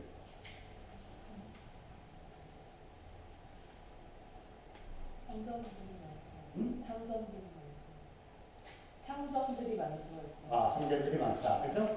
예전에는 주택가였던 것 같죠? 그런데 별에서 상점가로 바뀌는 거죠. 이분은 아마 덩치범 같아. 도시가스 덩치범. 그래서 보면 굉장히 표정이 밝죠. 아마 옆집 아주머니하고 안녕하세요, 잘 지냈어요 하고 이렇게 서로 말씀을 나누시는 즐거운 표정인데 지금은 어둡죠. 왜 그럴까요? 너무 많이 코로나가 작살났어요. 간판이 붙었잖아요. 전부 가게가 다. 너무 많았어요. 그러니까 여기 사는 사람이 아니라 가게 주인들만 있는 것이죠. 지인들이 와서. 가게 문을 닫으면 자기 동네로 돌아가고요. 불이 꺼지면. 유동인구가. 그렇죠? 그러니까 이 동네에 건축한 노래한 시간분의 표정이 어둡죠. 자, 이것이 어쩌면 우리가 살고 있는 도시 재생의 현재입니다. 아까 종로성과 익선동 말씀드렸죠. 익선동과 비교해 보시면 어때요? 익선동이 과거에 이런 주거의 형태를 가지고 있었습니다. 여기가 나고나가죠. 그런데 지금은 전부 이렇게 카페로 변했죠. 과거에는 전원그룹의 애기 소리가 들리고 불이 켜지던 동네였는데 지금은 상점, 물론 화려하긴 하죠. 하지만 일정 시간이 지나면 불이 꺼지는 그런 곳이, 즉 사람이 살지 않는 곳이 되어버렸다는 것이죠. 과연 그게 올바른 것인지 한번 생각해 본다는 의미에서 어쩌면 누구를 위한 도시재생인가를 한번 우리가 살펴봐야 되는 그런 시사적인 그림인 것 같아서 함께 이야기를 나누고 싶었습니다. 자, 도시재생과 마을 만들기에 대한 얘기인데 일단 아까 말씀드렸듯이 결정을 해야 됩니다. 꽤 오래돼서 주말에 쉬지도 않아서 제가 더 얘기를 드려도 될지 아니면 얼마 남지는 않았는데 다음 주에 간단하게 빨리 해서 말씀을 드리고 어차피 마을 만들기 사례를 다음 주에 소개할 생각이니까 네. 마을 만들기와 사례를 함께 묶어서 말씀을 드리는 게 좋을지. 네. 이거 어떻게 결정을 해야 돼요? 저는 양해를 구해야 돼요? 아니면 그렇게 해도 되겠습니까? 네. 그러면 아쉽지만 오늘 이야기는 여기까지 하는 거고 다음 주에 조금 자료를 추려서 마을 만들기 사례에 대한 이야기와 또 어떤 사례가 주로 현장 사례가 아니라 그 마을 만들기 과정에 대한 사례에 좀 집중하려고 해요. 그래서 주민들이 어떻게 참석하고 어떤 과정을 통해서 마을 만들기가 이루어지고 있는지 하는 것들인데 시간이 되면 또 이렇게 실습을 했으면 하는 생각이 들긴 합니다. 제가 제안을 하나 드릴게요. 다음 주에 오실 때 우리 화곡 이동에 대한 생각, 뭐 변화에 대한 생각도 됐고 혹은 문제에 대한 생각 그런 것들이 있는 사진이나 혹은 잡지, 혹 우리 동네는 아니더라도 이런 문제가 있고 아까 그랬던 그림이라든지 아니면 그냥 광고 문구라든지 어쨌든 우리 동네에서 떠올릴 수 있는 내가 경험한 것들을 이렇게 좀 가져와 주시면 그거를 이제 보드판을 하나 칠판에다가 붙이면서 우리 동네 얘기를 한번 이렇게 해봐서 동네 콜라주 맵을 하나 만들고 싶은데요. 이제 시간이 제한적이라 아주 거대한 작업은 못하지만 그래도 주민들이 가지고 있는 마을에 대한 생각을 하나의 콜라주 맵으로 만들어 놓고 그것을 들여다보면서 어떻게 변화시킬 수 있는지 아이디어, 구상을 더해가는 과정을 간단하게나마 체험하는 기간을 가지려고 합니다. 여러분이 협조 없으면 이거 불가능한 거예요. 그래서 그런 수업을 한번 해보고 싶으시면 어떤 해보실지도 모릅니다. 어쨌든 사진이나 종이나 뭐 글이나 써오셔도 돼요. 아무거나 우리 마을과 관련된 걸 가져오시기만 하면 저희가 일단 준비는 해놓도록 하겠습니다. 그렇게 해주시면 교육의 의미도 강화될 것 같고 감사될 것 같네요. 얘기가 길어졌네요. 어쨌든 지루하겠지만 오랫동안 긴 시간 함께 해주셔서 감사드리고요. 다음 주에 뵙겠습니다.